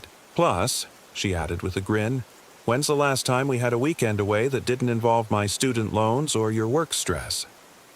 I was a software developer for a startup that was slowly consuming my soul, working 60-hour weeks for equity that would probably never be worth anything. A sponsored weekend in the mountains sounded like exactly what we both needed. "Okay," I said, kissing her forehead. "Let's do it." 3 days later, we were loading our gear into a gleaming 32-foot Winnebago at an RV rental lot in Tacoma. The thing was nicer than our apartment. Leather seating, a full kitchen, a bedroom with a memory foam mattress. Melissa was already filming, narrating our incredible partnership with Outdoor Life magazine, while I figured out the various switches and systems. The drive to Salduke took us west through Olympia, then north on Highway 101 through increasingly dense forest. Melissa kept the camera rolling intermittently, capturing the massive Douglas firs and western red cedars that lined the road like ancient sentinels. Her excitement was infectious. She had this way of making even mundane travel moments seem magical on film. Can you believe people lived here for thousands of years before roads? She said, panning her camera across a grove of trees that had to be centuries old. Like, this forest has witnessed so much history. I was focused on navigating the RV around hairpin turns, but I had to admit the landscape was incredible. The Olympic Peninsula felt primordial in a way that the more accessible parts of Washington never did. Every valley and ridgeline looked exactly as it had when the first humans crossed the land bridge from Asia. But as we got deeper into the peninsula, I started noticing things that made me uncomfortable. Road signs peppered with bullet holes, abandoned homesteads slowly being reclaimed by blackberry vines and moss, and the people, the few we saw at gas stations and small towns, watched us with the kind of suspicious interest that comes from too many years of city folks treating their home like a playground. "Welcome to Deliverance Country," I muttered as we passed a cluster of mobile homes surrounded by rusted cars and handmade signs warning about trespassing. "Don't be classist," Melissa chided, but I caught her glancing nervously at the same scene. This is just rural life. Real America. Maybe she was right. Maybe I'd spent too long in tech bubbles and urban coffee shops. But something about the way that old man by the gas pumps had stared at our shiny RV made my skin crawl. Sol Duke Hot Springs Resort appeared through the trees like something from another era. Rustic log buildings scattered around natural hot spring pools, with the kind of studied wilderness charm that cost serious money to maintain. We checked in with a cheerful desk clerk who seemed genuinely excited about our social media project. "You picked a perfect time to visit," she said, handing us a map of the local trails. "Most of the summer crowds are gone, but the weather's still holding, and the fall colors are absolutely peak right now." Our RV site was tucked into a grove of massive cedars about a quarter-mile from the main resort buildings. The trees were so thick they blocked out most of the sky, creating a green cathedral that felt both sacred and slightly oppressive. Melissa immediately started filming our setup process, narrating the luxury amenities and stunning natural setting for her followers. "This is literally like glamping heaven," she told the camera, gesturing toward the perfectly level site with full hookups and a picnic table that looked like it had been carved from a single log. "Huge thanks again to Outdoor Life magazine for making this possible." As she filmed, I couldn't shake the feeling that we were being watched. Nothing obvious, just that prickly sensation between your shoulder blades that comes from unseen eyes. I found myself glancing toward the tree line repeatedly, looking for movement in the shadows. "You okay, babe?" Melissa asked, lowering her camera. "You seem tense." "Just tired from the drive," I lied. "This place is gorgeous, really," and it was gorgeous. The Sol Duke River ran crystal clear just beyond our campsite, and the hot springs themselves were like something from a fairy tale. Natural rock pools wreathed in steam, surrounded by moss-covered stones and towering conifers. Melissa got some incredible shots of us soaking in the warm water while mist drifted through the trees overhead. But that night, as we lay in the RV's surprisingly comfortable bed, I heard them for the first time. Voices. They started around 2 a.m., drifting through the forest from no identifiable direction. At first, I thought it might be other campers having a late-night conversation. But as I listened more carefully, the voices seemed wrong somehow. Too many speakers, talking over each other in what sounded like multiple languages. And underneath the babble, a rhythmic sound like chanting or singing. I slipped out of bed and looked through the window, but our campsite was dark and still. The voices continued for maybe 20 minutes, then faded gradually until I couldn't tell if I was still hearing them or just imagining the echoes. "Did you hear that?" I whispered to Melissa. She mumbled something unintelligible and rolled over. Either she was a deeper sleeper than I'd realized, or I was the only one hearing things. The next morning dawned gray and misty, with a fine drizzle that made everything glisten like it was trapped under glass. Melissa was in full influencer mode, filming our coffee routine and planning the day's content while I tried to shake off the previous night's weirdness. "I want to hike the Sol Duke Falls Trail," she said, checking the resort map. "It's supposed to be one of the most photogenic spots on the peninsula. Then maybe we can do some hot springs content in the afternoon when the light is better." The trail to Saul Duke Falls was everything the resort promised. A gentle path through old-growth forest leading to a spectacular 48-foot waterfall surrounded by moss-covered basalt cliffs. Melissa was in photographer heaven, stopping every few hundred yards to capture the way morning light filtered through the canopy, or how the mist rose from the rushing water. "This is absolutely magical," she told her camera, standing at the base of the falls with spray creating tiny rainbows in her hair. "Like, I understand why indigenous peoples considered places like this sacred. There's definitely spiritual energy here." I was less focused on the spiritual energy and more concerned with the practical reality that we hadn't seen another human being in over an hour. The trail was supposed to be popular, even in October, but we were completely alone in the forest. And those voices from the night before kept echoing in my head. "Hey, Mel," I said as she was setting up another shot. "Have you noticed we're the only people out here?" She glanced around, momentarily puzzled. "Huh, that is weird. But maybe it's just early? Or the weather scared people off?" It was possible. The drizzle had intensified into proper rain, and the temperature was dropping as clouds rolled in from the Pacific. But something felt off about the quality of the silence around us. Even the birds seemed muted, and I couldn't remember hearing any small mammals rustling in the underbrush. We were about to head back when Melissa spotted something that made her grab my arm. "Babe, look at that tree." She was pointing to a massive cedar about 50 yards off the trail, easily 8 feet in diameter and probably centuries old. But what had caught her attention wasn't the tree's size. It was what was carved into its bark. Symbols, dozens of them, covering the lower trunk in precise, deliberate patterns. They looked old, weathered by decades of rain and moss growth, but still clearly visible. Some resembled Northwest indigenous petroglyphs I'd seen in museums, but others were unlike anything I recognized. "Holy shit," Melissa breathed, already pulling out her camera. "This could be some kind of historical site, like actual indigenous artifacts." "Maybe we shouldn't film it," I said, feeling inexplicably nervous. "If it's culturally significant, posting it on social media might not be respectful." But Melissa was already recording, walking around the tree to capture the symbols from different angles. "This is incredible content, Beck. Our followers need to see this. It's educational." As she filmed, I noticed other things that made my skin crawl. The ground around the tree was darker than the surrounding forest floor, almost black, and the symbols weren't just carved. Some were filled with what looked like dried blood or paint, dark red-brown stains that seemed fresh despite the obvious age of the carvings. "Mel, we should go," I said, backing away from the tree. "This feels like a place we're not supposed to be. Just give me 2 more minutes," she said, absorbed in getting the perfect shot. "The lighting is amazing." That's when we heard the singing. It started as a low humming, barely audible over the sound of rain on leaves. But gradually it grew louder, more complex, multiple voices harmonizing in a language I didn't recognize. The sound seemed to come from everywhere and nowhere, echoing off the trees in ways that made it impossible to locate the source.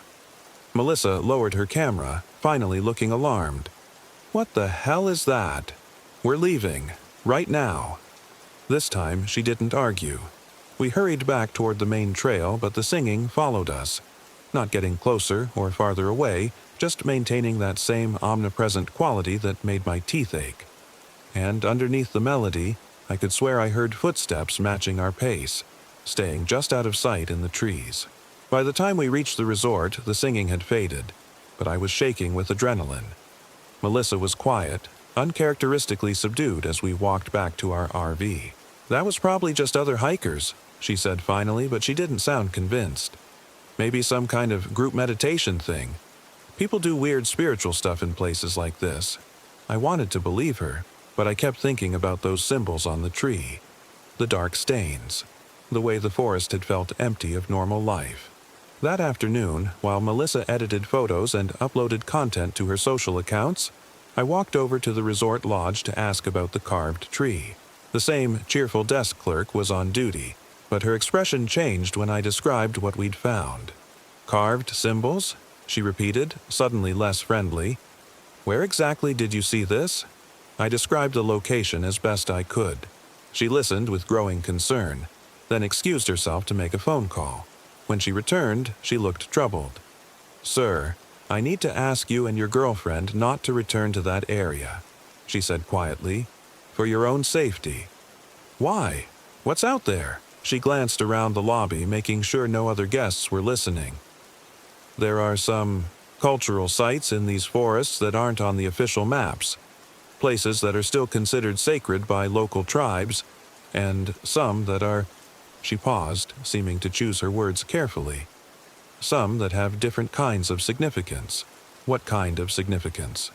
"The kind where people who go looking for them sometimes don't come back." A chill ran down my spine. "Are you saying people have disappeared?" "I'm saying these mountains have been home to people for thousands of years, and not all of their traditions involve welcome mats for tourists." Her voice was firm but kind. "Please, just stick to the marked trails. For your own good." I wanted to press for more information, but something in her expression told me the conversation was over. I thanked her and headed back to our RV, my mind racing with possibilities I didn't want to consider. Melissa was outside when I returned, setting up her tripod for golden hour photos by the river. She'd changed into a flowing bohemian dress that looked great on camera but was completely impractical for October weather in the Pacific Northwest. "How'd the photo session go?" I asked, trying to keep my voice casual. "Amazing engagement," she said, scrolling through comments on her phone. "Everyone's obsessing over those tree symbols. I'm getting tons of DMs asking about the location." You didn't post the exact coordinates, did you?" She looked up from her phone with a slightly defensive expression. "I tagged Salduke Valley." "That's it? Why?" I told her about my conversation with the desk clerk. Melissa listened, but I could see her Instagram brain working, calculating the potential viral impact of Forbidden Forest mystery content. "Babe, this could be huge," she said when I finished. "Like, if there's some local legend or indigenous history tied to that tree, our content could go seriously viral. We could be the ones who break this story. Or we could be the ones who disrespect sacred sites and get ourselves in serious trouble." "I'm not trying to be disrespectful," she insisted. "I'm a travel influencer. I document beautiful places so other people can experience them too. That's literally my job." We'd had variations of this argument before. The tension between Melissa's need for content and my growing discomfort with commodifying every experience for social media. But something about this place, these circumstances, made the stakes feel higher than usual. "Just promise me we'll stick to the marked trails tomorrow," I said. "Please." She agreed, but I could see the wheels turning behind her eyes. Melissa was ambitious in ways that had initially attracted me to her but increasingly made me nervous. The influencer economy rewarded risk-taking and boundary-pushing, and she was very good at both. That night, the voices came back. This time they were louder, closer, and unmistakably multiple. I counted at least 6 distinct speakers, maybe more, all talking or singing in what sounded like overlapping conversations. The words were in a language I didn't recognize, but the tone was urgent, almost agitated. I slipped out of bed again and peered through the window. At first I saw nothing unusual, just our darkened campsite and the wall of trees beyond. But as my eyes adjusted, I began to make out shapes moving between the trunks. Human-sized figures, but too tall and too thin, flowing between the trees with unnatural grace. My blood turned to ice. Whatever was out there wasn't human. "Melissa," I whispered urgently. "Wake up. There's something outside." She stirred but didn't fully wake. I shook her shoulder more insistently. "Mel, I'm serious. There are people, things, outside our RV." This time she sat up, instantly alert. "What do you mean, things?" "Look out the window, by the big cedar on the left." She crawled over to peer out beside me. For a moment we both stared into the darkness, and I started to wonder if I'd imagined the whole thing. Then one of the figures stepped into a patch of moonlight, and Melissa gasped. It was definitely humanoid, but wrong in every possible way. Too tall, maybe 7 feet, with limbs that were stretched and elongated like a reflection in a funhouse mirror. Its skin was pale gray, almost translucent, and its face, Its face was a smooth oval with no visible features except two dark holes where eyes should be. "What the fuck is that?" Melissa breathed. Before I could answer, the thing turned directly toward our RV. Those empty eye sockets seemed to focus on our window with impossible precision, and I had the horrible certainty that it could see us watching. Then it smiled. Not a human smile, this was something much worse. Its mouth opened like a tear in fabric, revealing rows of needle-sharp teeth that caught the moonlight like broken glass. And when it smiled, the others did too. All of them, turning toward us with those same terrible grins. "Get dressed," I whispered. "Right now. We're leaving. It's 3 a.m. I don't care. We're going. Now." For once, Melissa didn't argue. We threw clothes on in panicked silence while the figures outside began to move closer to our RV. I could hear them now. Not the voices from before, but a new sound. Scratching, like fingernails on metal. They were touching our RV. I grabbed our keys and phones while Melissa stuffed essential items into her backpack. The scratching was getting louder, more insistent, and I could see shadows moving past the windows as the thing circled our campsite. "The front door," I whispered. "On 3, we run for the cab and drive out of here." "What about our stuff?" "Fuck our stuff." I counted down, then yanked the door open. The night air hit us like a slap, cold and sharp with the smell of rain and something else. Something organic and wrong, like rotting flowers.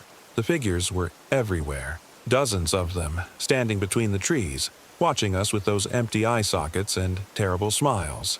But they weren't moving to intercept us, just observing, like we were some kind of entertainment. We ran. The RV's engine turned over on the first try, and I gunned it out of the campsite without bothering to unhook the utilities. Behind us, I could see the pale figures in the rearview mirror, still standing motionless among the trees, still smiling those needle-toothed grins. "Jesus Christ," Melissa was saying over and over. "Jesus fucking Christ." What were those things? I had no idea, but I wasn't stopping to find out. We drove through the dark forest in terrified silence, taking the winding mountain roads way too fast for safety. Every shadow between the trees looked like it might be hiding more of those creatures, and I didn't feel safe until we hit Highway 101 and could see other cars, other signs of normal human civilization. We didn't stop until we reached Port Angeles, where we found a 24-hour diner and sat in a fluorescent-lit booth drinking terrible coffee and trying to process what we'd seen.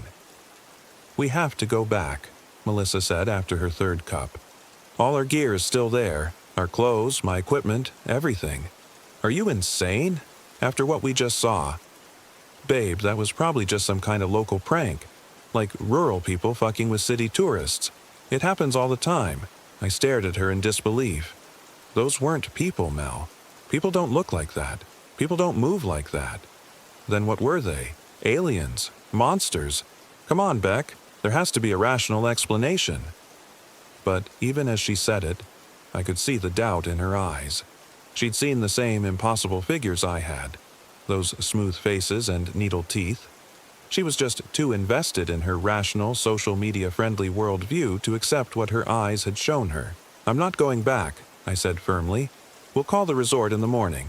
Tell them there was an emergency. They can keep our stuff." "That's like $2,000 worth of gear." "I don't care." We ended up driving straight back to Seattle that morning, both of us exhausted and still jumping at shadows. Melissa was quiet for most of the trip, staring out the window and occasionally checking her phone. I could see her mentally composing and discarding different versions of what had happened, trying to find an angle that would work for her social media without making her sound crazy. She never found one. Instead, she posted a generic trip cut short due to weather update, and never mentioned the tree symbols or the figures in the forest. Her followers were disappointed but understanding, and within a week the whole Saul Duke experience seemed to fade from her public persona. But it didn't fade from our relationship. Melissa became obsessed with researching what we'd seen. She spent hours reading about Pacific Northwest folklore, indigenous legends, cryptid sightings, paranormal encounters. She joined online forums devoted to unexplained phenomena and started following accounts that claimed to document supernatural encounters.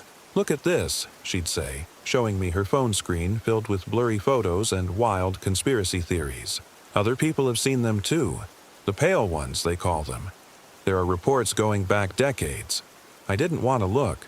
I didn't want to think about those needle teeth and empty eye sockets. I wanted to forget the whole experience and pretend it had never happened. But Melissa couldn't let it go. And, as the weeks passed, I started to notice changes in her behavior that went beyond simple obsession. She stopped sleeping well, often waking up in the middle of the night claiming she could hear voices calling her name. She became paranoid about being watched, constantly checking over her shoulder when we were out in public. And her social media content shifted away from travel and outdoor adventure toward increasingly dark, esoteric topics that alienated her usual audience. The worst part was the dreams. She started having the same nightmare every few nights, walking through a dark forest toward a massive tree covered in carved symbols, while pale figures watched from the shadows. In the dream, she said, she could understand their language, and they were telling her to come back, to return to the place where she belonged. "They want me to finish what I started," she told me one morning after a particularly bad night. "When I filmed those symbols, I started something, and now they won't leave me alone until I go back and complete it." Complete what? I don't know. Some kind of ritual maybe, or ceremony. They keep showing me things in the dreams. How to carve new symbols, what words to say. It's like they're teaching me. The rational part of my brain insisted this was all psychological trauma manifesting as elaborate delusions. But the part of me that had seen those creatures with my own eyes knew better. 2 months after our Sol Duke trip, Melissa announced she was going back. "I have to," she said, packing her camera gear with the mechanical precision of someone following instructions they couldn't refuse. "They won't stop calling until I do." "Then I'm coming with you." "No." Her voice was firm, decisive. "This is something I have to do alone." They made that very clear. "Mel, you're scaring me. This isn't you talking." She looked at me then with eyes that were hers but somehow not hers. Still hazel, still beautiful, but filled with the knowledge that didn't belong to the woman I'd fallen in love with. "Maybe it never was me talking," she said quietly. "Maybe I was always supposed to be something else." She left that afternoon, driving her Honda toward the Olympic Peninsula with a trunk full of camera equipment and a notebook filled with symbols she claimed to have learned in dreams. I begged her to stay, threatened to call the police, even tried to hide her car keys. Nothing worked. She was going back to Sol Duke Valley, and nothing I could say or do would stop her. That was 3 months ago. The police searched for 2 weeks before officially declaring her a missing person. They found her car in the Sol Duke Hot Springs parking lot, unlocked with her purse and keys still inside.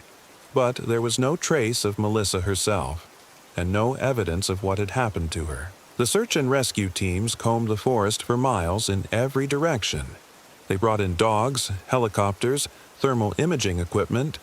They interviewed every resort guest and employee from the past month. They checked every hospital and morgue within a 100-mile radius. Nothing. Melissa had simply vanished into the forest, leaving behind only her abandoned car and a notebook filled with increasingly elaborate symbol drawings that the investigators couldn't make sense of. I know what happened to her, of course. I know where she went and why she couldn't come back. But I can't tell the police or her family or anyone else, because who would believe me? Who would accept that the woman they loved had been claimed by ancient things that live in the deep woods and collect people like trophies? Sometimes, late at night, I hear her voice calling my name through the walls of our apartment. Not from outside, from somewhere much farther away, somewhere that exists beyond the normal boundaries of space and distance. She sounds happy, peaceful even, like she's finally found the place where she belongs. And sometimes when I'm feeling especially weak, I'm tempted to answer, to pack my own bags and drive west toward the mountains, following the same road that took her away from me. Because maybe she's right. Maybe I was always supposed to be something else too. Maybe we all were. The voices are getting louder lately, more insistent. And last week I found myself researching RV rentals, looking at routes to the Olympic Peninsula, calculating drive times to Sol Duke Valley. I tell myself I just want to find her, to bring her home, or at least learn what really happened in those dark woods. But deep down, I know the truth. I'm not going there to rescue Melissa. I'm going there to join her, because the Pale Ones don't just take people. They convert them, transform them into something new, something that belongs to the forest and the ancient rhythms that governed this land long before humans arrived with their roads and cameras and desperate need to document everything. Melissa tried to capture them on film, to turn their mystery into content for her followers. But they captured her instead, added her to their collection of lost souls who wandered too far from the marked trails and discovered that some places aren't meant for visitors. Some places are meant for residents. And once you've seen them, really seen them, with their needle teeth and empty eyes and impossible smiles, you never stop hearing them call your name in the darkness. You never stop wanting to go home.